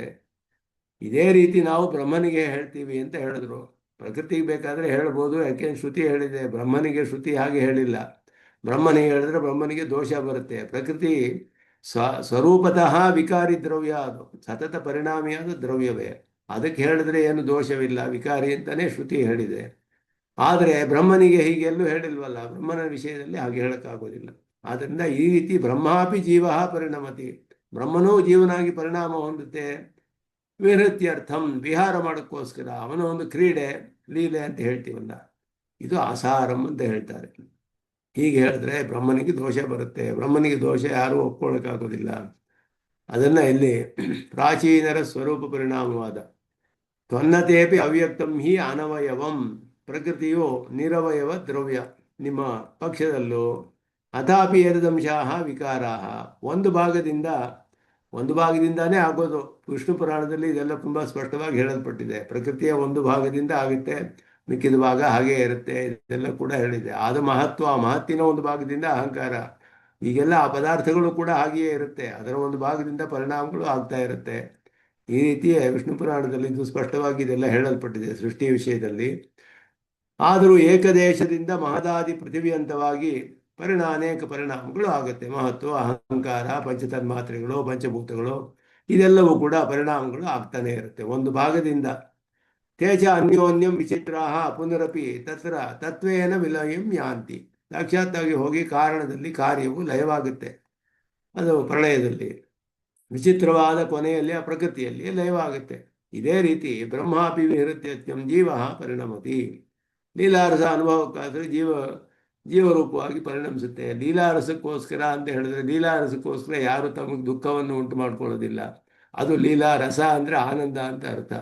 ಆ ಲೀಲೆಯಲ್ಲೂ ಒಂದು ಆನಂದ ಇರಬೇಕು. ಆನಂದವಿಲ್ಲದೆ ಹೋದರೆ ಆಗೋದಿಲ್ಲ. ಈ ಕಡೆ ಇದು ಲೀಲಾ ಅಂದರೆ ನಾವು ದಯಾ ಕಾರ್ಯ ಅಂತ ಹೇಳ್ತೀವಿ ಇದರಲ್ಲಿ. ಇತ್ಯಪಿ ಸ್ವ ಅನರ್ಥೈಕ ಪ್ರವೃತ್ತೇ ಅಸಾರಂ. ಬ್ರಹ್ಮ ತನ್ನ ಅನಂತ ಕಷ್ಟಗಳಿಗೆ ತಾನೇ ಪ್ರವರ್ತಿಸುತ್ತೆ ಅನ್ನೋದು ಯುಕ್ತವಲ್ಲ. ಸರ್ವಶಾಸ್ತ್ರೋಪಘಾತಶ್ಚ ಪ್ರಸಜತಿ. ಸಕಲ ದೋಷಾಕರತ್ವ ಬರೋದರಿಂದ ಎಲ್ಲ ಶಾಸ್ತ್ರಗಳಿಗೂ ವಿರೋಧ ಅಂತ ಎಲ್ಲಿ ಹೇಳ್ತಿದ್ದಾರೆ. ಇಲ್ಲಿ ಅದನ್ನು ವಿಚಾರ ಮಾಡ್ತಾರೆ. ಮಹದಾದಿ ರೂಪದಿಂದ ಪರಿಣಾಮಿಸುವಾಗ ಪೂರ್ಣವಾಗಿ ಪರಿಣಾಮ ಹೊಂದುತ್ತೆಯೇ, ಏಕದೇಶದಿಂದ ಪರಿಣಾಮ ಹೊಂದುತ್ತೆಯೇ. ಸಂಪೂರ್ಣವಾಗಿ ಪರಿಣಾಮ ಆಗಿಬಿಟ್ರೆ ಹಿಂದು ಮುಂದಿನ ತತ್ವ ಹುಟ್ಟುತ್ತಾ ಹಿಂದಿನ ತತ್ವವೆಲ್ಲ ಉಳಿಯದೆ ಹೋಗಬೇಕು. ಆಗ ಕೊನೆ ತತ್ವವಾದ ಪೃಥ್ವಿ ಮಾತ್ರ ಉಳಿಬೇಕಾಗುತ್ತೆ, ಇನ್ಯಾವುದೂ ಇರೋದಿಲ್ಲ. ಇದು ಪ್ರಮಾಣಕ್ಕೆ ವಿರೋಧ, ಪ್ರಮಾಣಗಳಿಗೆ ವಿರುದ್ಧವಾಗಿದೆ ಇದು. ಏಕದೇಶದಿಂದ ಪರಿಣಮಿಸುತ್ತೆ ಅನ್ನುವ ಈ ಪಕ್ಷದಲ್ಲಿ ಪ್ರಕೃತಿಯು ಸಾಂಶ ಪದಾರ್ಥ ಆಗಬೇಕು, ಅವಯವಿ ಆಗಬೇಕದು. ಇದು ಯಾರಿಗೂ ಸಮ್ಮತ ಅಲ್ಲ. ಪ್ರಕೃತಿ ನಿರಂಶ ಪದಾರ್ಥವಾದಗಳು ಏಕದೇಶದಿಂದಲೇ ಪರಿಣಾಮ ಹೊಂದುತ್ತೆ ಅಂತಾನೆ ಒಪ್ಕೊಳ್ಬೇಕು. ಸಾಂಖ್ಯರು ಅದನ್ನೇ ಒಪ್ಕೊಳ್ತಾರೆ, ನಾವು ಹಾಗೆಯೇ ಒಪ್ಕೊಂಡಿದ್ದೀವಿ, ಎಲ್ಲರೂ ಅದೇ ಒಪ್ಕೊಳ್ಬೇಕು. ಎಲ್ಲ ಪ್ರಕೃತಿಯ ಪರಿಣಾಮವಾದರೂ ಜಗತ್ತಿನ ವೈಚಿತ್ರ್ಯವೂ ಕೂಡ ತಪ್ಪಿಲ್ಲ. ಅದರಂತೆ ಬ್ರಹ್ಮವೇ ಜಗದ್ರೂಪದಲ್ಲಿ ಪರಿಣಮಿಸುತ್ತೆ ಅನ್ನೋದು ಪೂರ್ವ ಪಕ್ಷ. ಹಾಗಾದರೆ ಪ್ರಕೃತಿಯಂತೆ ಬ್ರಹ್ಮವು ವಿಕಾರಶೀಲವಾಗಬೇಕು. ಪ್ರಕೃತಿಗೆ ಹೇಳ್ಬೋದೇ ಹೊರತು ಬ್ರಹ್ಮಕ್ಕೆ ಹೇಳಕ್ಕಾಗೋದಿಲ್ಲ. ಪ್ರಕೃತಿಗೆ ಶ್ರುತಿಯೇ ಹೇಳಿದೆ, ಆದ್ದರಿಂದ ಹೇಳ್ತೀವಿ. ಬ್ರಹ್ಮನಿಗೆ ಶ್ರುತಿ ಹೇಳಿಲ್ಲ ಹಾಗೆ ಪರಿಣಾಮವಾಗುತ್ತೆ ಅಂತ. ಆದ್ದರಿಂದ ನಿರ್ವಿಕಾರ, ನಿರವಧ್ಯ ಇದೆಲ್ಲ ಹೇಳಲ್ಪಟ್ಟಿದೆ ಬ್ರಹ್ಮನಿಗೆ. ಆದ್ದರಿಂದ ಇಲ್ಲಿ ನಾವು ಆ ರೀತಿ ಅರ್ಥ ಮಾಡೋದು ಎಲ್ಲ ಶ್ರುತಿಗಳಿಗೂ ಕೂಡ ವಿರೋಧ ಬರುತ್ತೆ ಅಂತ ಹೇಳಿ ಸಾಮಾನ್ಯವಾಗಿ ಅದನ್ನು ನಿರಸನ ಮಾಡ್ತಾರೆ ಇಲ್ಲಿ. ಸರಿ ಇದು ಇಲ್ಲಿ ಮುಖ್ಯವಾಗಿ ಸ್ವರೂಪ ಪರಿಣಾಮವಾದ ಮೇವ ಪ್ರಾಚೀನಂ ಪರಿಷ್ಕರ್ತು ಪ್ರಯತಮಾನಸ್ಯ ಪಕ್ಷಮನೋಜ್ಞ ನಿರಾಕರೋತಿ. ಅದರಲ್ಲಿಯೇ ಪ್ರಾಚೀನವಾದ ಒಂದು ಮತವನ್ನು ಅವ್ಯಕ್ತಂ ವಿಶಿಷ್ಟ ಪರಿಣಾಮವಾದಿನಃ ತವ. ವಿಶಿಷ್ಟ ವೇಷದಲ್ಲಿ ಪರಿಣಾಮ ಹೇಳ್ತಿರಲ್ಲ ನಿಮ್ಮ ಮತದಲ್ಲಿಯೂ ಕೂಡ ಪ್ರಕೃತಿ ತತ್ವಂ ನಿರವಯವಂ ಇತ್ಯತ್ರ ನಹಿ ವಿವಾದ. ಸಾಂಖ್ಯಾನಾಂ ಪ್ರಕೃತಿ ತ್ರಿಗುಣಾತ್ಮಿಕ ಸ್ವತಂತ್ರಾಚ. ಇಲ್ಲಿ ಸಾಂಖ್ಯರಿಗೂ ನಮ್ಮದು ಎಲ್ಲ ಸ್ವಲ್ಪ ವಿಚಾರವನ್ನು ಹೇಳ್ತಾರೆ ಇಲ್ಲಿ ಆಚಾರ್ಯರು. ಸಾಂಖ್ಯರ ಪ್ರಕೃತಿಗೂ ನಮಗೂ ವ್ಯತ್ಯಾಸವಿದೆ. ಅದನ್ನು ಸಂಸ್ಕೃತದಲ್ಲಿ ಬಹಳ ಸ್ಪಷ್ಟವಾಗಿ ಇಲ್ಲಿ ತೋರಿಸ್ತಾರೆ ಅವರು. ಒಂದು ತ್ರಿಗುಣಾತ್ಮಿಕ, ಸ್ವತಂತ್ರ, ಎರಡು ವ್ಯತ್ಯಾಸಗಳು. ಇದು ತ್ರಿಗುಣಾಶ್ರಯ ಬ್ರಹ್ಮಾಧೀನ, ಇದರಲ್ಲಿ ವ್ಯತ್ಯಾಸವಿದೆ. ತ್ರಿಗುಣಾತ್ಮಿಕ ಅನ್ನೋದಕ್ಕೂ ತ್ರಿಗುಣಾಶ್ರಯ ಅನ್ನೋದಕ್ಕೂ ವ್ಯತ್ಯಾಸವಿದೆ. ತ್ರಿಗುಣಾತ್ಮಿಕ ಆದರೆ ಗುಣಗಳೇ ಪ್ರಕೃತಿ ಅಂತ ಅರ್ಥ, ಗುಣಕ್ಕೆ ಆಶ್ರಯವಾದ ದ್ರವ್ಯ ಅಂತ ಅರ್ಥವಲ್ಲ. ಅವರು ಗುಣಗುಣಿ ಭಾವವನ್ನು ಒಪ್ಕೊಳ್ಳೋದಿಲ್ಲ ಸಾಂಖ್ಯರು. ಆದ್ದರಿಂದ ಗುಣಗಳೇ, ಮೂರು ಗುಣಗಳೇ ಪ್ರಕೃತಿ, ಅದುವೇ ಆಗಿದೆ. ಸತ್ವರಜಸ್ ತಮಸ್ಸು ಅನ್ನೋದು ಪ್ರಕೃತಿಯ ಮೂರು ಸೇರಿ ಪ್ರಕೃತಿ ಅಷ್ಟೇ. ಮೂರು ಗುಣಗಳನ್ನು ಉಳ್ಳ ದ್ರವ್ಯವಲ್ಲ ಸಾಂಖ್ಯರ ಪ್ರಕಾರ. ನಮ್ಮ ಸಿದ್ಧಾಂತದಲ್ಲಿ ತ್ರಿಗುಣಕ್ಕೆ ಆಶ್ರಯವಾದ ಒಂದು ದ್ರವ್ಯ, ಮೂರು ಗುಣಗಳನ್ನು ಉಳ್ಳ ಒಂದು ದ್ರವ್ಯ ಬ್ರಹ್ಮನ ಅಧೀನದಲ್ಲಿದೆ, ಅದು ಸ್ವತಂತ್ರವಾಗಿದೆ. ಬ್ರಹ್ಮವೇ ಇಲ್ಲ ಸಾಂಖ್ಯರಿಗೆ. ಮಿಕ್ಕಿದೆಲ್ಲ ನಿರವಯವ, ನಿತ್ಯತ್ವ ನಿರವಯತ್ವಾದಿಕಂ ಹಿ ಸಮಾನ. ನಿತ್ಯತ್ವ ನಿರವಯವತ್ವ ಎಲ್ಲ ಸಮಾನ ನಮಗೆ. ಅದು ಅಬ್ರಹ್ಮಾತ್ಮಕ, ನಾವು ಬ್ರಹ್ಮಾತ್ಮಕ ಅಂತ ಹೇಳ್ತೀವಿ. ಗುಣಾಶ್ರಯವಾದದ್ದು ಅಂತ ಹೇಳ್ತೀವಿ. ಅವರು ಗುಣಗಳೇ ಸತ್ವರಜಸ್ತಮಸ್ಸಿನ ಸಮೂಹವೇ ಪ್ರಕೃತಿ ಅಂತ ಹೇಳ್ತಾರೆ ಅವರು, ಸಂಘಾತ ಅಂತ ಹೇಳಿ. ಸಾಂಖ್ಯಮತೆ ಪ್ರಕೃತೆ ಗುಣತ್ರಯಾತ್ಮಕತ್ವಾತ್ ಸಾ ಸಾವಯವ ಇತಿ ಕೇಚನ ಮನ್ಯರನ್ನೇ ನ ತತ್ ಸಮೀಚೀನ. ಮೂರು ಗುಣಗಳು ಮೂರು ಗುಣಗಳು ಸೇರಿ ಪ್ರಕೃತಿ ಆಗಿದೆ, ಅದರ ಸಂಘಾತ ಅಂದರೆ ಸಾವಯವ ಆಗುತ್ತಲ್ಲ ಅಂದರೆ ಹಾಗಲ್ಲ. ಯಾಕೆ ಅಂದರೆ ಯಥಾ ಪ್ರಕೃತಿ ಏಕದೇಶೇನ ಕೇವಲ ಸತ್ವೇನ ವಾ ರಜಸಾ ವಾ ನ ಪರಿಣಮತೆ. ಕಿಂತು ತಾವತ್ ಸಂಘಾತ ರೂಪ ಪ್ರಕೃತಿರೇವ ಮಹದಾದಿ ರೂಪೇಣ ಪರಿಣಾಮ. ಪೂರ್ಣ ಸಂಘಾತವೇ ಪರಿಣಾಮ ಹೊಂದುತ್ತೆ ಅಂತ ಅವರು ಹೇಳ್ತಾರೆ. ಒಂದು ಭಾಗದಿಂದ ಅಲ್ಲ, ಆದ್ದರಿಂದ ಅದು ನಿರವಯವಿ ಅಂತ ಅವರು ಸಾಧಿಸ್ತಾರೆ. ಅವರು ಅನುಮಾನದಿಂದ ಸ್ಥಾಪನೆ ಮಾಡ್ತಾರೆ, ಊಹೆ ಮಾಡಿ. ಅವರಿಗೆ ಅನುಮಾನವೇ ಪ್ರಧಾನವಾದ ಪ್ರಮಾಣ ಸಾಂಖ್ಯರಿಗೆ. ಆದ್ದರಿಂದ ತ್ರಿಗುಣಾತ್ಮಕಮೇವ ದ್ರವ್ಯಂ ಏಕಂ, ಒಂದೇ ದ್ರವ್ಯ ತ್ರಿಗುಣಾತ್ಮಕವಾದದ್ದು, ತ್ರಿಗುಣ ಆಶ್ರಯವಾದದ್ದಲ್ಲ, ತ್ರಿಗುಣಾತ್ಮಕವೇ ಅದು. ಗುಣಗುಣಿಭಾದ ಅನಂಗೀಕಾರಾತ್ ತಥಾ ಉಚ್ಯತೆ. ಗುಣಗುಣಿ ಭಾಗವನ್ನು ಒಪ್ಕೊಳ್ಳೋದಿಲ್ಲ ಅವರು ಸಾಂಖ್ಯರು. ಅಥಾಪಿ ಏವಂ ಸತ್ಯಪಿ ಅನೇನ ವಕ್ಷ್ಯಮಾಣಾರ್ಥಸ್ಯ ಅವಿರೋಧಃ ಸೂಚ್ಯತೆ. ವಿಕಾರಾಃ ಮಾದಾದೇಹ ತತ್ಪರಿಣಾಮಭೂತಃ ಪ್ರಕೃತಿ ಏಕದೇಶರೂಪ ಏವ. ಅದರಿಂದ ಪೂರ್ಣವಾಗಿ ಪರಿಣಾಮ ಹೊಂದೋದಿಲ್ಲ ಪ್ರಕೃತಿ. ಮಹದ್ರೂಪೇಣ ಪ್ರಕೃತಿ ಸಂಪೂರ್ಣ ನ ಪರಿಣಮತೆ. ತಥಾ ಸತಿ ಪ್ರಕೃತಿರೇವ ನ ಶಿಷ್ಯೇತ. ಉಳಿಯೋದೇ ಇಲ್ಲ ಆಮೇಲೆ ಪ್ರಕೃತಿ ಎಲ್ಲವೂ ಪರಿಣಾಮ ಆಗಿಬಿಟ್ರೆ. ಆದ್ದರಿಂದ ಇಲ್ಲಿ ಅದನ್ನ ಒಂದು ಇರಲೇಬೇಕು, ಒಂದು ಭಾಗ ಅಂತಿಮ ತತ್ವಸ್ಯ ಏಕಸ್ಯೈವ ಪರಿಶೇಷ ಪ್ರಸಂಗಾತ್. ಏವಂಚ ಪ್ರಕೃತಿ ತತ್ವಸ್ಯ ನಿರಂಶತ್ವೇಪಿ ಅಂಶತೈವ ಪರಿಣಾಮ ವಾಚ್ಯ. ಇದನ್ನೆಲ್ಲರೂ ಇದನ್ನು ಒಪ್ಕೊಳ್ತಾರೆ ಸಾಂಖ್ಯರು, ನಾವು ಕೂಡ ಒಪ್ಕೋಬೇಕು. ಪ್ರಕೃತಿ ವಿಕಾರಭೂತ ಜಗತಿ. ಇದೇ ರೀತಿಯಲ್ಲಿ ಪರಮಾತ್ಮನಿಗೂ ಕೂಡ ಎಲ್ಲ ಪರಸ್ಪರ ವಿಲಕ್ಷಣವಾಗಿದೆ. ಅವೆಲ್ಲ ಹೋಗಿ ಮತ್ತೆ ಪ್ರಳಯ ಕಾಲದಲ್ಲಿ ಪ್ರಕೃತಿಯಲ್ಲಿಯೇ ಹೋಗಿ ಲಯವಾಗ್ಬಿಡುತ್ತೆ. ಅಂತೆ ಲಯಂ ಪ್ರಾಪ್ನುವಂತಿ. ಏವಮೇವ ಪರಬ್ರಹ್ಮಣಿ ವಿಹಾರಾರ್ಥಂ ಲೀಲಾರಸ ಅನುಭವಾಯ ಜೀವರೂಪ ಪರಿಣಾಮಂ ಪ್ರಾಪ್ನೋತಿ ಇತಿ ಏವಂ ವರ್ಣನಪಿ ಪ್ರತಿಷ್ಠಿತಂ ನ ಭವೇತ್. ಕುತಃ ನ ಭವೇತ್ ಅಂತ ಕೇಳ್ತಾರೆ. ಆದರೆ ನಾವು ಹೇಳ್ತೀವಿ ನ ಭವೇತ್ ಅಂತ ಹೇಳಿದ್ವಿ. ಯಾಕೆ ಅಂದರೆ ಸ್ವ ಅನರ್ಥೈಕ ಪ್ರವೃತ್ತೇ ಸ್ವ ಸಂಕಟಾರ್ಥಮೇವ ಜಗತ್ಸೃಷ್ಟವು ಬ್ರಹ್ಮಣ ಪ್ರವೃತ್ತೇ ಆಪತ್ತೇ ತತ್ಸಹನಶಕ್ತಿ ತಸ್ಯ ವರ್ತತೆ ಇತಿ ನಾಯಂ ದೋಷ. ಅವ್ರು ಹೇಳಿದ್ರು ಈ ಪರಿಣಾಮ ದೋಷ ಎಲ್ಲ ಬಂದರೂ ಕೂಡ ಬ್ರಹ್ಮ ಸಹಿಸ್ಕೊಳ್ತಾನೆ, ಏನು ದೋಷವಿಲ್ಲ ಅವನಿಗೆ, ಆ ಶಕ್ತಿ ಇದೆ, ಅವನು ಸರ್ವಶಕ್ತನಾದ್ದರಿಂದ ದುಃಖಗಳೆಲ್ಲ ಬಂದರೂ ಕೂಡ ಅದನ್ನೆಲ್ಲ ಸಹಿಸ್ಕೊಳ್ಳೋ ಶಕ್ತಿ ಇದೆ. ಜೀವಾತ್ಮರಿಗೆ ತಾನೇ ಶಕ್ತಿ ಇಲ್ಲ, ಬ್ರಹ್ಮನಿಗೆ ಆ ಶಕ್ತಿ ಎಲ್ಲ ಇದೆ, ಸಹಿಸ್ಕೊಳ್ಳಿ ಬಿಡಿ ಅಂತ ಹೇಳಿದ್ರೆ ಆಗ ಸ್ವದುಃಖಾರ್ಥಮೇವ ಬುದ್ಧಿಪೂರ್ವಕ ಪ್ರವೃತ್ತಿಯ ಸಕಲ ಶಾಸ್ತ್ರ ವಿರೋಧ ಪತ್ತಿ. ಶಾಸ್ತ್ರದಲ್ಲಿ ವಿರೋಧ ಬರುತ್ತೆ. ಆಗ ತನ್ನ ಬುದ್ಧಿಪೂರ್ವಕವಾಗಿ ತನ್ನ ದುಃಖಕ್ಕೋಸ್ಕರವೇ ಮಾಡ್ಕೊಳ್ತಾನೆ ಅನ್ನೋದು ಯಾವ ಶಾಸ್ತ್ರದಲ್ಲಿಯೂ ಹೇಳಲ್ಲ. ದುಃಖವನ್ನೆಲ್ಲ ತ್ಯಾಗ ಮಾಡಬೇಕು ಅಂತ ಹೇಳಿದೆ, ಸಂಸಾರ ಸಂಬಂಧವನ್ನು ಬಿಡಬೇಕು ಅಂತ ಹೇಳಿದೆ. ಇದು ತ್ಯಾಜ್ಯವಾದದ್ದು, ಹೇಯವಾದದ್ದು ಪ್ರಕೃತಿ, ಇದರ ಸಂಸರ್ಗವನ್ನು ಬಿಡಿಸ್ಕೊಳ್ಬೇಕು. ಇದೆಲ್ಲ ಶಾಸ್ತ್ರಗಳು ಬೇಕಾದಷ್ಟು ಉಪದೇಶ ಮಾಡಿರೋದೆಲ್ಲ ವ್ಯರ್ಥವಾಗುತ್ತೆ. ಆವಾಗ ಅದಕ್ಕೆ ವಿರೋಧ ಬರುತ್ತೆ ಇಲ್ಲಿ. ಆದ್ದರಿಂದ ಯುಕ್ತಿಸ್ತು ಸಮೀಚೀನ ಏವ. ಯುಕ್ತಿಯಲ್ಲಿ ನೀವು ಹೇಳುವಾಗ, ವಾದ ಮಾಡುವಾಗ ಸರಿಯಾಗಿರುವ ಹಾಗಿದೆ. ಆದರೆ ತನ್ಮತೇಪಿ ಇತ್ಯುಕ್ತಂ ನ ಯುಕ್ತಂ. ಸಿದ್ಧಾಂತೆ ಜಡಾಯ ಪ್ರಕೃತೆ ಸ್ವತಃ ಪರಿಣಾಮ ನಾಂಗೀಕ್ರಿಯತೆ. ಪ್ರಕೃತಿ, ಜಡವಾದ ಪ್ರಕೃತಿಗೆ ಸ್ವತಃ ಪರಿಣಾಮವಿಲ್ಲ. ಆದ್ದರಿಂದ ಬ್ರಹ್ಮಶರೀರಭೂತಾಯ ತಸ್ಯಾಹ ಶರೀರಿಣಃ ಪರಮಾತ್ಮನಃ ಸಂಕಲ್ಪಾದೇವ ಪರಿಣಾಮ. ಅವನ ಸಂಕಲ್ಪದಿಂದ ಪರಿಣಾಮ ಆಗಿರೋದ್ರಿಂದ ಒಂದು ಭಾಗದಲ್ಲಿ ಆಗುತ್ತೆ ಅಂತ ಶ್ರುತಿ ಹೇಳಿರೋದನ್ನು ನಾವು ಒಪ್ಕೊಳ್ಬಹುದು. ಅಂದ ಹೇಯ ಪ್ರತ್ಯನೀಕ ಕಲ್ಯಾಣೈಕತಾನ ಸ್ವರೂಪಸ್ಯ ನಿರ್ವಿಕಾರಸ್ಯ ಪರಮಪುರುಷಾರ್ಥರೂಪಸ್ಯ ಬ್ರಹ್ಮಣಃ ಸ್ವರೂಪ ಪರಿಣಾಮಿನ್ಯಾಹ ಜಡಾಯಾಹ ಪ್ರಕೃತೇಃ ತುಲನಂ ಸರ್ವಥಾ ಅನುಚಿತಂ ಇತಿ ಆಶಯ. ಇಂತಹ ಪರಮಾತ್ಮನ ಸ್ವರೂಪವು ಉಭಯಲಿಂಗ ವಿಶಿಷ್ಟವಾದದ್ದು, ಹೇಯ ಪ್ರತ್ಯನೀಕ ಸಕಲ ಕಲ್ಯಾಣ ಗುಣೈಕತಾನವಾದದ್ದು, ನಿರ್ವಿಕಾರವಾದದ್ದು, ಪರಮ ಪುರುಷಾರ್ಥ ರೂಪವಾದದ್ದು. ಸ್ವರೂಪವೇ ಪುರುಷಾರ್ಥ. ಪರಮಾತ್ಮನ ಸ್ವರೂಪವೇ ಆನಂದೋ ಬ್ರಹ್ಮ ಅಂತ ಹೇಳಿ ಏಷಹ್ಯೇವ ಆನಂದಯಾತಿ, ಅವನನ್ನು ಪಡೆದುಕೊಂಡು ಆನಂದಿ ಭವತಿ ಅಂತ ಹೇಳುತ್ತೆ. ಅವನ ಸ್ವರೂಪವೇ ಆನಂದ, ಸ್ವರೂಪವೇ ನಮಗೆ ಪುರುಷಾರ್ಥ, ಅದು ಪ್ರಾಪ್ತಿಯೇ. ಸ್ವತಃ ಪುರುಷಾರ್ಥ ರೂಪ ಪರಮಾತ್ಮನ ಸ್ವರೂಪವೇ. ಅಂತಹ ಬ್ರಹ್ಮನ ಸ್ವರೂಪ ಪರಿಣಾಮ ಆಗಿಬಿಟ್ರೆ ಅದು ಆಗ ಎಲ್ಲವೂ ದೋಷ ಬರುತ್ತೆ, ಎಲ್ಲ ಶ್ರುತಿಗಳಿಗೆ ವಿರೋಧ ಬರುತ್ತೆ ಅಂತ ಹೇಳಿ ಈ ರೀತಿ ಅದನ್ನು ನಿರಾಕರಣೆ ಮಾಡ್ತಾರೆ. ಸಾಮಾನ್ಯವಾಗಿ ಈ ಪಕ್ಷವನ್ನು ಅದು ಶ್ರುತಿಯಲ್ಲಿ ಹೇಳಿರೋದ್ರಿಂದ ನಾವು ಹಾಗೆ ಒಪ್ಕೊಳ್ಬೇಕು ಅನ್ನೋದು ಇಲ್ಲಿ ಮುಖ್ಯವಾಗಿ. ಇದುವರೆಗೂ ಸ್ವರೂಪ ಪರಿಣಾಮವಾದಗಳನ್ನೆಲ್ಲ ಪರೀಕ್ಷೆ ಮಾಡಿ ಅದರಲ್ಲಿ ಯಾವುದೋ ಪ್ರಕಾಶನ ಮತ ಮತ್ತು ಒಂದು ಪ್ರಾಚೀನ ಮತ, ಇದೆರಡೂ ಅದರಲ್ಲಿರೋದು. ಅದರಲ್ಲಿ ಸ್ಪಷ್ಟವಾಗಿ ಬ್ರಹ್ಮನಿಗೆ ದೋಷ ಬರುತ್ತೆ ಅನ್ನೋದು ಸ್ಪಷ್ಟವಾಗಿ ತಿಳಿದು ಬರುತ್ತೆ.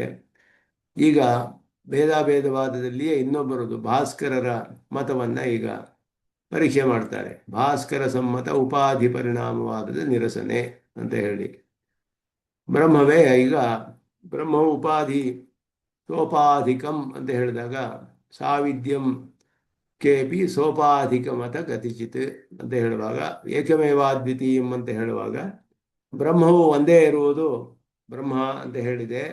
ಆದರೆ ಲೋಕದಲ್ಲಿ ಅನೇಕ ಕಂಡುಬರುತ್ತೆ ಜೀವಾತ್ಮರುಗಳೆಲ್ಲ. ಅಂದರೆ ಉಪಾಧಿಯಿಂದ ಮುಚ್ಚಲ್ಪಟ್ಟು ಬ್ರಹ್ಮನಿಗೆ ಜೀವಭಾವ ಬಂದಿದೆ ಅಂತ ಹೇಳ್ತಾರೆ. ಉಪಾಧಿ ಅನ್ನೋದು ಸತ್ಯ ಅಂತ ಭಾಸ್ಕರರು ಹೇಳಿದ್ರು. ಮಿಥ್ಯೆ ಅಂತ ನಾವು ಹೇಳಕ್ಕಾಗೋದಿಲ್ಲ. ಮೂಲವಾದ ಒಂದು ದೋಷವನ್ನು ಸತ್ಯ ಅಂತ ಒಪ್ಕೊಳ್ಬೇಕು. ಆದ್ದರಿಂದ ಉಪಾಧಿಯನ್ನು ಸತ್ಯ ಅಂತ ಒಪ್ಕೊಳ್ಬೇಕು. ಆದ್ದರಿಂದ ಉಪಾಧಿಯೂ ಬೇರೆ, ಬ್ರಹ್ಮ ಬೇರೆ, ಎರಡು ಸತ್ಯಗಳನ್ನು ಒಪ್ಕೊಳ್ತಾರೆ. ಒಂದೇ ಸತ್ಯವಲ್ಲ, ಅದ್ವೈತದಲ್ಲಿ ಒಂದೇ ಸತ್ಯ, ಬ್ರಹ್ಮ ಒಂದೇ ಸತ್ಯ ಅಂತ ಹೇಳಿದ್ರು. ಭಾಸ್ಕರರು ಬ್ರಹ್ಮವೂ ಸತ್ಯ, ಪ್ರಕೃತಿಯೂ ಸತ್ಯ ಅಂತ ಹೇಳಿದ್ರು. ಎರಡು ಸತ್ಯವನ್ನ ಒಪ್ಕೊಳ್ತಾರೆ. ಯಾದವ ಪ್ರಕಾಶರು ಬ್ರಹ್ಮ ಒಂದೇ ಸತ್ಯ, ಬ್ರಹ್ಮವೇ ಮೂರು ಭಾಗ ಆಗ್ಬಿಟ್ಟಿದೆ ಅಂತ ಹೇಳಿದ್ರು. ಅವ್ರು ಬೇರೆ ಪದಾರ್ಥಗಳೇ ಇಲ್ಲ, ಎಲ್ಲ ಬ್ರಹ್ಮವೇ ಅಂತ ಹೇಳ್ತಾರೆ ಅವರು. ಆದರೆ ಈ ರೀತಿ ಮತಗಳು ಕಂಡು ಬರುತ್ತೆ.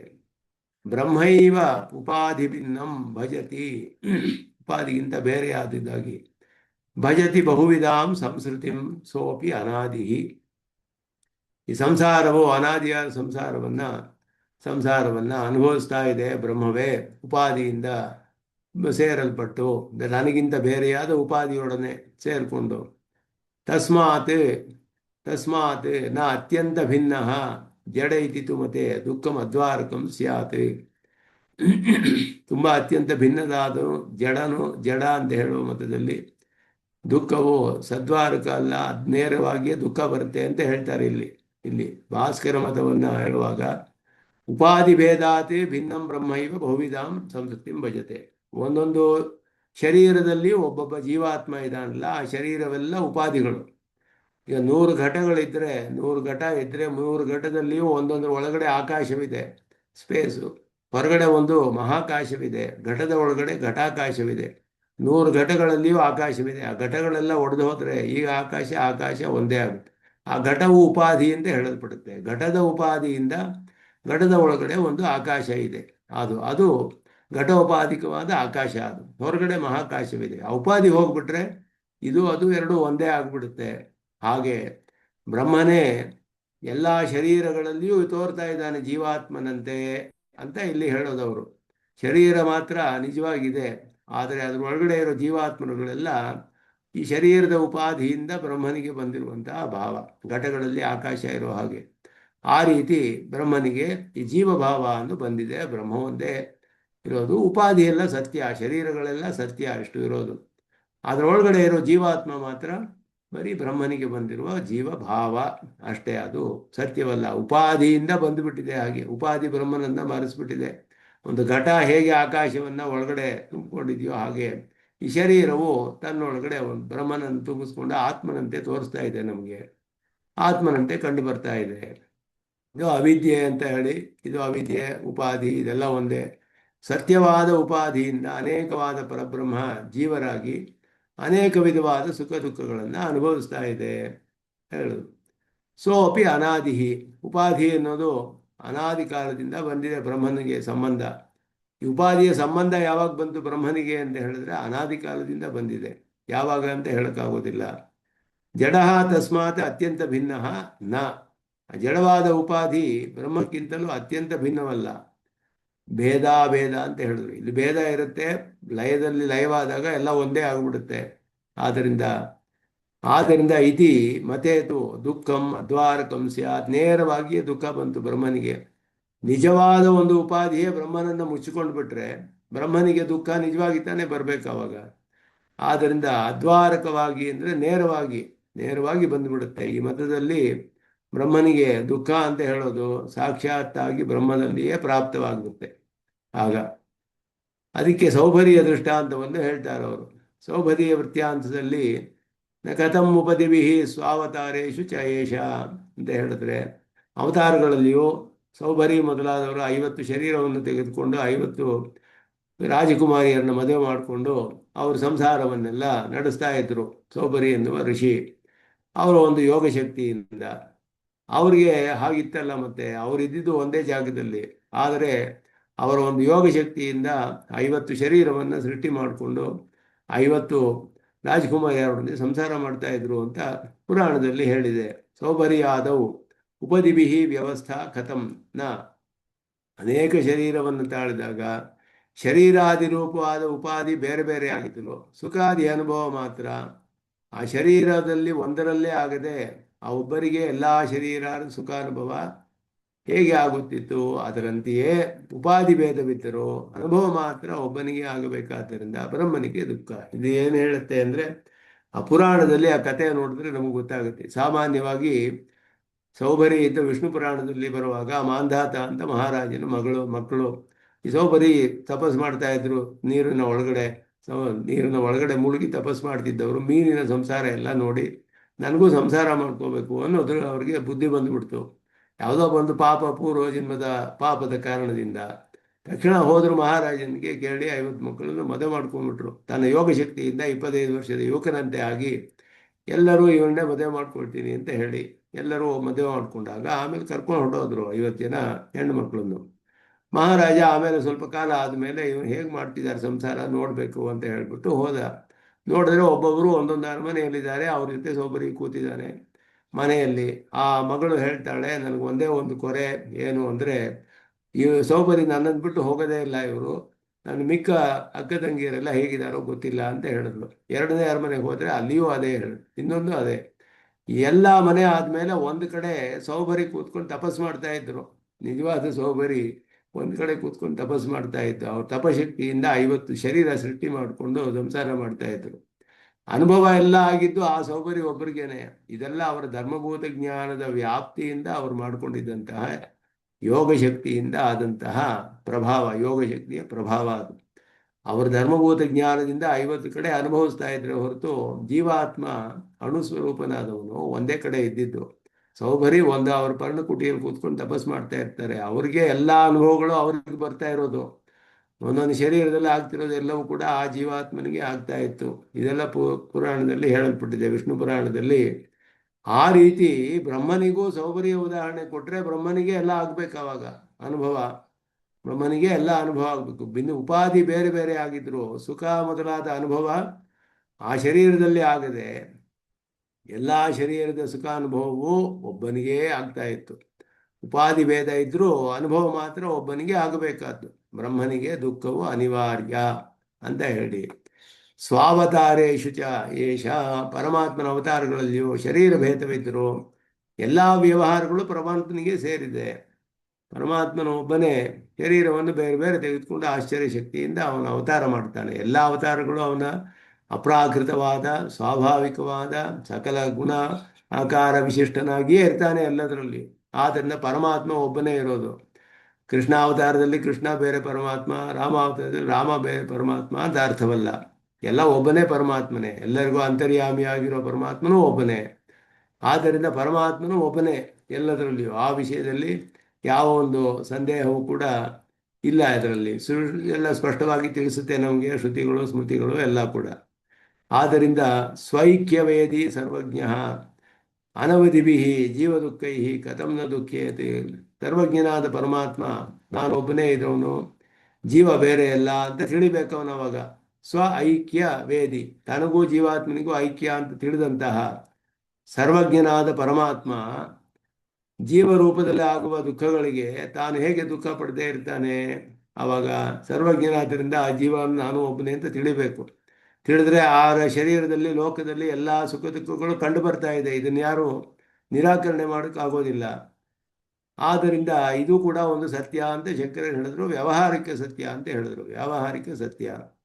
ಆದರೆ ಭಾಸ್ಕರರಿಗೆ ನಿಜವಾಗಿಯೂ ಉಪಾಧಿ ಇರೋದರಿಂದ ಸುಖ ದುಃಖ ಅನುಭವಗಳು ಒಬ್ಬನೇ ಬ್ರಹ್ಮನಿಗೆ ಎಲ್ಲ ಕಡೆಯೂ ಆಗ್ತಾ ಇರಬೇಕು ಉಪಾಧಿಯ ಸಂಬಂಧದಿಂದ. ಈ ಉಪಾಧಿಯು ಅನಾದಿ ಆದ್ದರಿಂದ ಹೇಗೆ ಹೋಗುತ್ತೆ ಅದು? ಬ್ರಹ್ಮನಿಗೆ ಹಿಡ್ಕೊಂಡು ಬಿಟ್ರೆ ಯಾರು ಬಿಡಿಸ್ತಾರೆ ಅವನನ್ನು? ಇದೆಲ್ಲ ಪ್ರಶ್ನೆಗಳು ಮುಂದೆ ಬರುತ್ತೆ. ಇದು 2-3 ಶ್ಲೋಕಗಳಲ್ಲಿ ಭಾಸ್ಕರರ ಪಕ್ಷವನ್ನೇ ವಿಚಾರ ಮಾಡ್ತಾರೆ ಇಲ್ಲಿ. ಆದ್ದರಿಂದ ಇಲ್ಲಿ ಹಿಂದಿನ ಶ್ಲೋಕದಲ್ಲಿ ಬ್ರಹ್ಮವೇ ಚಿದ್ರೂಪದಿಂದ ಚಿರಚಿದ್ರೂಪದಿಂದ ಪರಿಣಾಮ ಹೊಂದುತ್ತೆ ಅಂತ ಹೇಳಿದ್ರು. ಇದರಲ್ಲಿ ಬ್ರಹ್ಮನಿಗೆ ಸಾಕ್ಷಾತ್ತಾಗಿ ಪರಿಣಾಮ ಇಲ್ಲ, ಉಪಾಧಿಯಿಂದ ಅವನಿಗೆ ಜೀವಭಾವ ಬಂದಿದೆ. ಉಪಾಧಿಯಾದ ಅವಿದ್ಯೆಗೆ ಪರಿಣಾಮ, ಅದೇ ಪ್ರಕೃತಿ ಅಂತ ಹೇಳೋದು. ಅವಿದ್ಯೆ ಅದುವೇ ಶರೀರದ ರೂಪದಲ್ಲಿದೆ, ಶರೀರೇಂದ್ರಿಯ ರೂಪಗಳಲ್ಲಿದೆ. ಆ ಉಪಾಧಿಯಿಂದ ಬ್ರಹ್ಮ ಕೂಡಿರೋದ್ರಿಂದ ಬ್ರಹ್ಮದಲ್ಲೂ ಅನೇಕತ್ವಾದಿ ವ್ಯವಹಾರ ಬರುತ್ತೆ. ಉಪಾಧಿಗೂ ಪರಬ್ರಹ್ಮಕ್ಕೂ ಕೂಡ ಭೇದ ಭೇದ ಇರೋದ್ರಿಂದ ಅಭೇದದ ಅಭಿಪ್ರಾಯದಿಂದ ಏಕಮೇವ ಅದ್ವಿತೀಯಂ ಮೊದಲಾದ ವಾಕ್ಯಗಳು ಬಂದಿದೆ ಅಂತ ಹೇಳಿ ಅಭೇದವನ್ನು ಹೇಳ್ಬೋದು, ಭೇದವನ್ನು ಹೇಳ್ಬೋದು. ಉಪಾಧಿ ಹೋಗ್ಬಿಟ್ರೆ ಆವಾಗ ಅಭೇದ, ಉಪಾಧಿ ಇರುವಾಗ ಭೇದ. ಜೀವನಿಗೂ ಪರಮಾತ್ಮನಿಗೂ ಔಪಾಧಿಕವಾದ ಭೇದ, ಸ್ವಾಭಾವಿಕವಾಗಿ ಅಭೇದ. ಯಾಕೆಂದರೆ ಭೇದ ಇರೋದೇ ಉಪಾಧಿಯಿಂದ ಆಗಿರೋದು. ಉಪಾಧಿ ಹೋದರೆ ಅವನಿಗೆ ಒಬ್ಬನೇ ಬ್ರಹ್ಮ ಇರ್ತಾನೆ. ಆದ್ದರಿಂದ ಈ ರೀತಿ ಎರಡೂ ಕೂಡ ಹೇಳಕ್ಕೆ ಸಾಧ್ಯ. ಅನೇಕವೂ ಹೇಳಿದೆ, ಏಕವೂ ಹೇಳಿದೆ. ಆದ್ದರಿಂದ ಅಂಶೋ ನಾನಾ ವ್ಯಪದೇಶ ಅನ್ನೋ ಸೂತ್ರಕ್ಕೆ ಅಂಶ ಇವ ಅಂತಾನೆ ಹೇಳಬೇಕು. ಅಲ್ಲಿಯೂ ಇವರು ಅಂಶಃ ಇವ ನಾನಾ ವ್ಯಪದೇಶಾತ್ ಅನ್ಯಥಾ ಚಾಪಿ. ನಾನಾತ್ವವು ಹೇಳಿದೆ, ಅನ್ಯಥಾ ಚಾಪಿ ಅಂದರೆ ಅಭೇದವೂ ಹೇಳಿದೆ. ಎರಡೂ ಹೇಳಿರೋದ್ರಿಂದ ಅಂಶ ಇವ ಅಂತ ಹೇಳಬೇಕು. ಅವನ ಅಂಶದಂತೆ ಇದ್ದಾನೆ, ತೋರ್ತಾ ಇದ್ದಾನೆ ಉಪಾಧಿಯಿಂದ ಅಷ್ಟೇ ಹೊರತು ನಿಜವಾಗಿಯೂ ಅವನ ಅಂಶವಲ್ಲ, ಅವನ ಪರಿಣಾಮ ಹೊಂದಿಲ್ಲ ಬ್ರಹ್ಮನಲ್ಲಿ ಅನ್ನೋದು ಇವರ ಒಂದು ವಾದ. ಯಾದವ ಪ್ರಕಾಶರು ಅಂಶವೇ ಅಂತ ಹೇಳ್ಬಿಟ್ರು, ಸಾಕ್ಷಾತ್ ಅಂಶವೇ ಬ್ರಹ್ಮನೇ ಪರಿಣಾಮ ಹೊಂದಿ ಅವನ ಅಂಶವೇ ಆಗ್ಬಿಟ್ಟಿದೆ, ಚಿತ್ತು ಅಚಿತ್ ಈಶ್ವರ ಎಲ್ಲ. ಇವರು ಹೇಳಿದ್ರು ಅಂಶ ಇವ. ಶಂಕರರು ಹಾಗೆಯೇ ಹೇಳ್ತಾರೆ. ಅದು ಅವರು ಅವಿದ್ಯೆಯನ್ನು ಮಿಥ್ಯೆ ಅಂದರು, ಅವಿದ್ಯೆ ಅನ್ನೋದು ಸತ್ಯ ಅಂತ ಒಪ್ಕೊಂಡು ಹೇಳ್ತಾರೆ. ಇದು ಇನ್ನೂ ಸ್ವಲ್ಪ ಕಷ್ಟವಾದದ್ದು. ಯಾಕೆಂದರೆ ಸತ್ಯವಾದ ಉಪಾಧಿಯನ್ನು ಹೇಗೆ ಬಿಡಿಸ್ಕೊಳ್ಳೋದು, ಅವನಿಗೆ ಅನಿರ್ಮೋಕ್ಷ ಪ್ರಸಂಗವಾಗಿಬಿಡುತ್ತೆ. ಅದೆಲ್ಲ ಮುಂದಿನ ಶ್ಲೋಕಗಳಲ್ಲಿ ಅದನ್ನು ವಿಚಾರ ಮಾಡ್ತಾರೆ. ಇದು ಈ ಪಕ್ಷವೂ ಕೂಡ. ಆದ್ದರಿಂದ ಬ್ರಹ್ಮನಿಗೆ ಸಾಕ್ಷಾತ್ತಾಗಿ ಎಲ್ಲ ಸುಖ ದುಃಖಗಳ ಅನುಭವವು ಸಾಕ್ಷಾತ್ತಾಗಿ ಬ್ರಹ್ಮನಿಗೆ ಬರಬೇಕಾಗುತ್ತೆ ಈ ಪಕ್ಷದಲ್ಲಿ. ಆದ್ದರಿಂದ ಈ ಪಕ್ಷವೂ ಕೂಡ ಒಪ್ಪಿಕೊಳ್ಳೋದು ಶ್ರುತಿಗಳಿಗೆಲ್ಲ ವಿರುದ್ಧವಾದದ್ದು ಅಂತ ಹೇಳಿ, ಬ್ರಹ್ಮನಿಗೆ ಯಾವ ದೋಷವೂ ಇಲ್ಲ ಅಂತ ಹೇಳುವ ಶ್ರುತಿಗಳು ಬೇಕಾದಷ್ಟು ಇದೆಯಲ್ಲ. ಅಪಹತ ಪಾಪ ವಿಜರೋ ಮೃತ್ಯು ಅಂತೆಲ್ಲ ಹೇಳಿರೋದು, ಎಲ್ಲ ದೋಷಗಳು ಬ್ರಹ್ಮನಿಗೆ ಅನುಭವವಾದರೆ ಒಂದೊಂದು ಶರೀರದಲ್ಲಿಯೂ ಇರುವ ಬ್ರಹ್ಮನಿಗೆ ಅನುಭವ ಆಗಲೇಬೇಕಾವಾಗ, ಒಬ್ಬನೇ ಇದ್ದರೆ ಎಲ್ಲದರಲ್ಲಿಯೂ ಅನುಭವ ಆಗಲೇಬೇಕಾವಾಗ. ಆದ್ದರಿಂದ ಆ ಅನುಭವಕ್ಕೆ ತಪ್ಪಿಸೋದಕ್ಕೆ ಆಗೋದಿಲ್ಲ. ಅದನ್ನು ಈಗ 2-3 ಶ್ಲೋಕಗಳಲ್ಲಿ ಈ ಪಕ್ಷವನ್ನು ವಿಚಾರ ಮಾಡಿ ಅದರ ಬಗ್ಗೆ ನಿರಸನ ಹೇಗೆ ಮಾಡಲ್ಪಟ್ಟಿದೆ ಶಾಸ್ತ್ರದಲ್ಲಿ, ಹೇಗೆ ಶಾಸ್ತ್ರಕ್ಕೆ ವಿರುದ್ಧವಾಗಿದೆ ಅನ್ನೋದನ್ನು ತೋರಿಸ್ತಾರೆ. ಅದನ್ನು ಸಂಸ್ಕೃತ ವ್ಯಾಖ್ಯಾನವನ್ನು ಮುಂದುವರಿಸೋಣ ಅಂತ ಹೇಳಿ ಇಲ್ಲಿಗೂ ನಮಸ್ಕಾರಗಳನ್ನು ತಿಳಿಸಿ ನಿಲ್ಲಿಸ್ಕೊಳ್ತೇನೆ. ಯೋ ನಿತ್ಯಂ ಅಚ್ಯುತ ಪದಾಂಬುಜೋಗ್ಮರುಕ್ಮ ವ್ಯಾಮೋಹತಃ ತರಿತರಾಣಿ ದಿನಾಯ ಮೇನೆ अस्मद्गुरोर्भगवतोऽस्य सिन्धो रामानुजस्य चरणं प्रपद्ये। कवितार्किकसिंहाय कल्याणगुणशालिने श्रीमते वेङ्कटेशाय वेदान्तगुरवे नमः। श्रीमते निगमान्तमहादेशिकाय नमः। सर्वं श्रीकृष्णार्पणम्।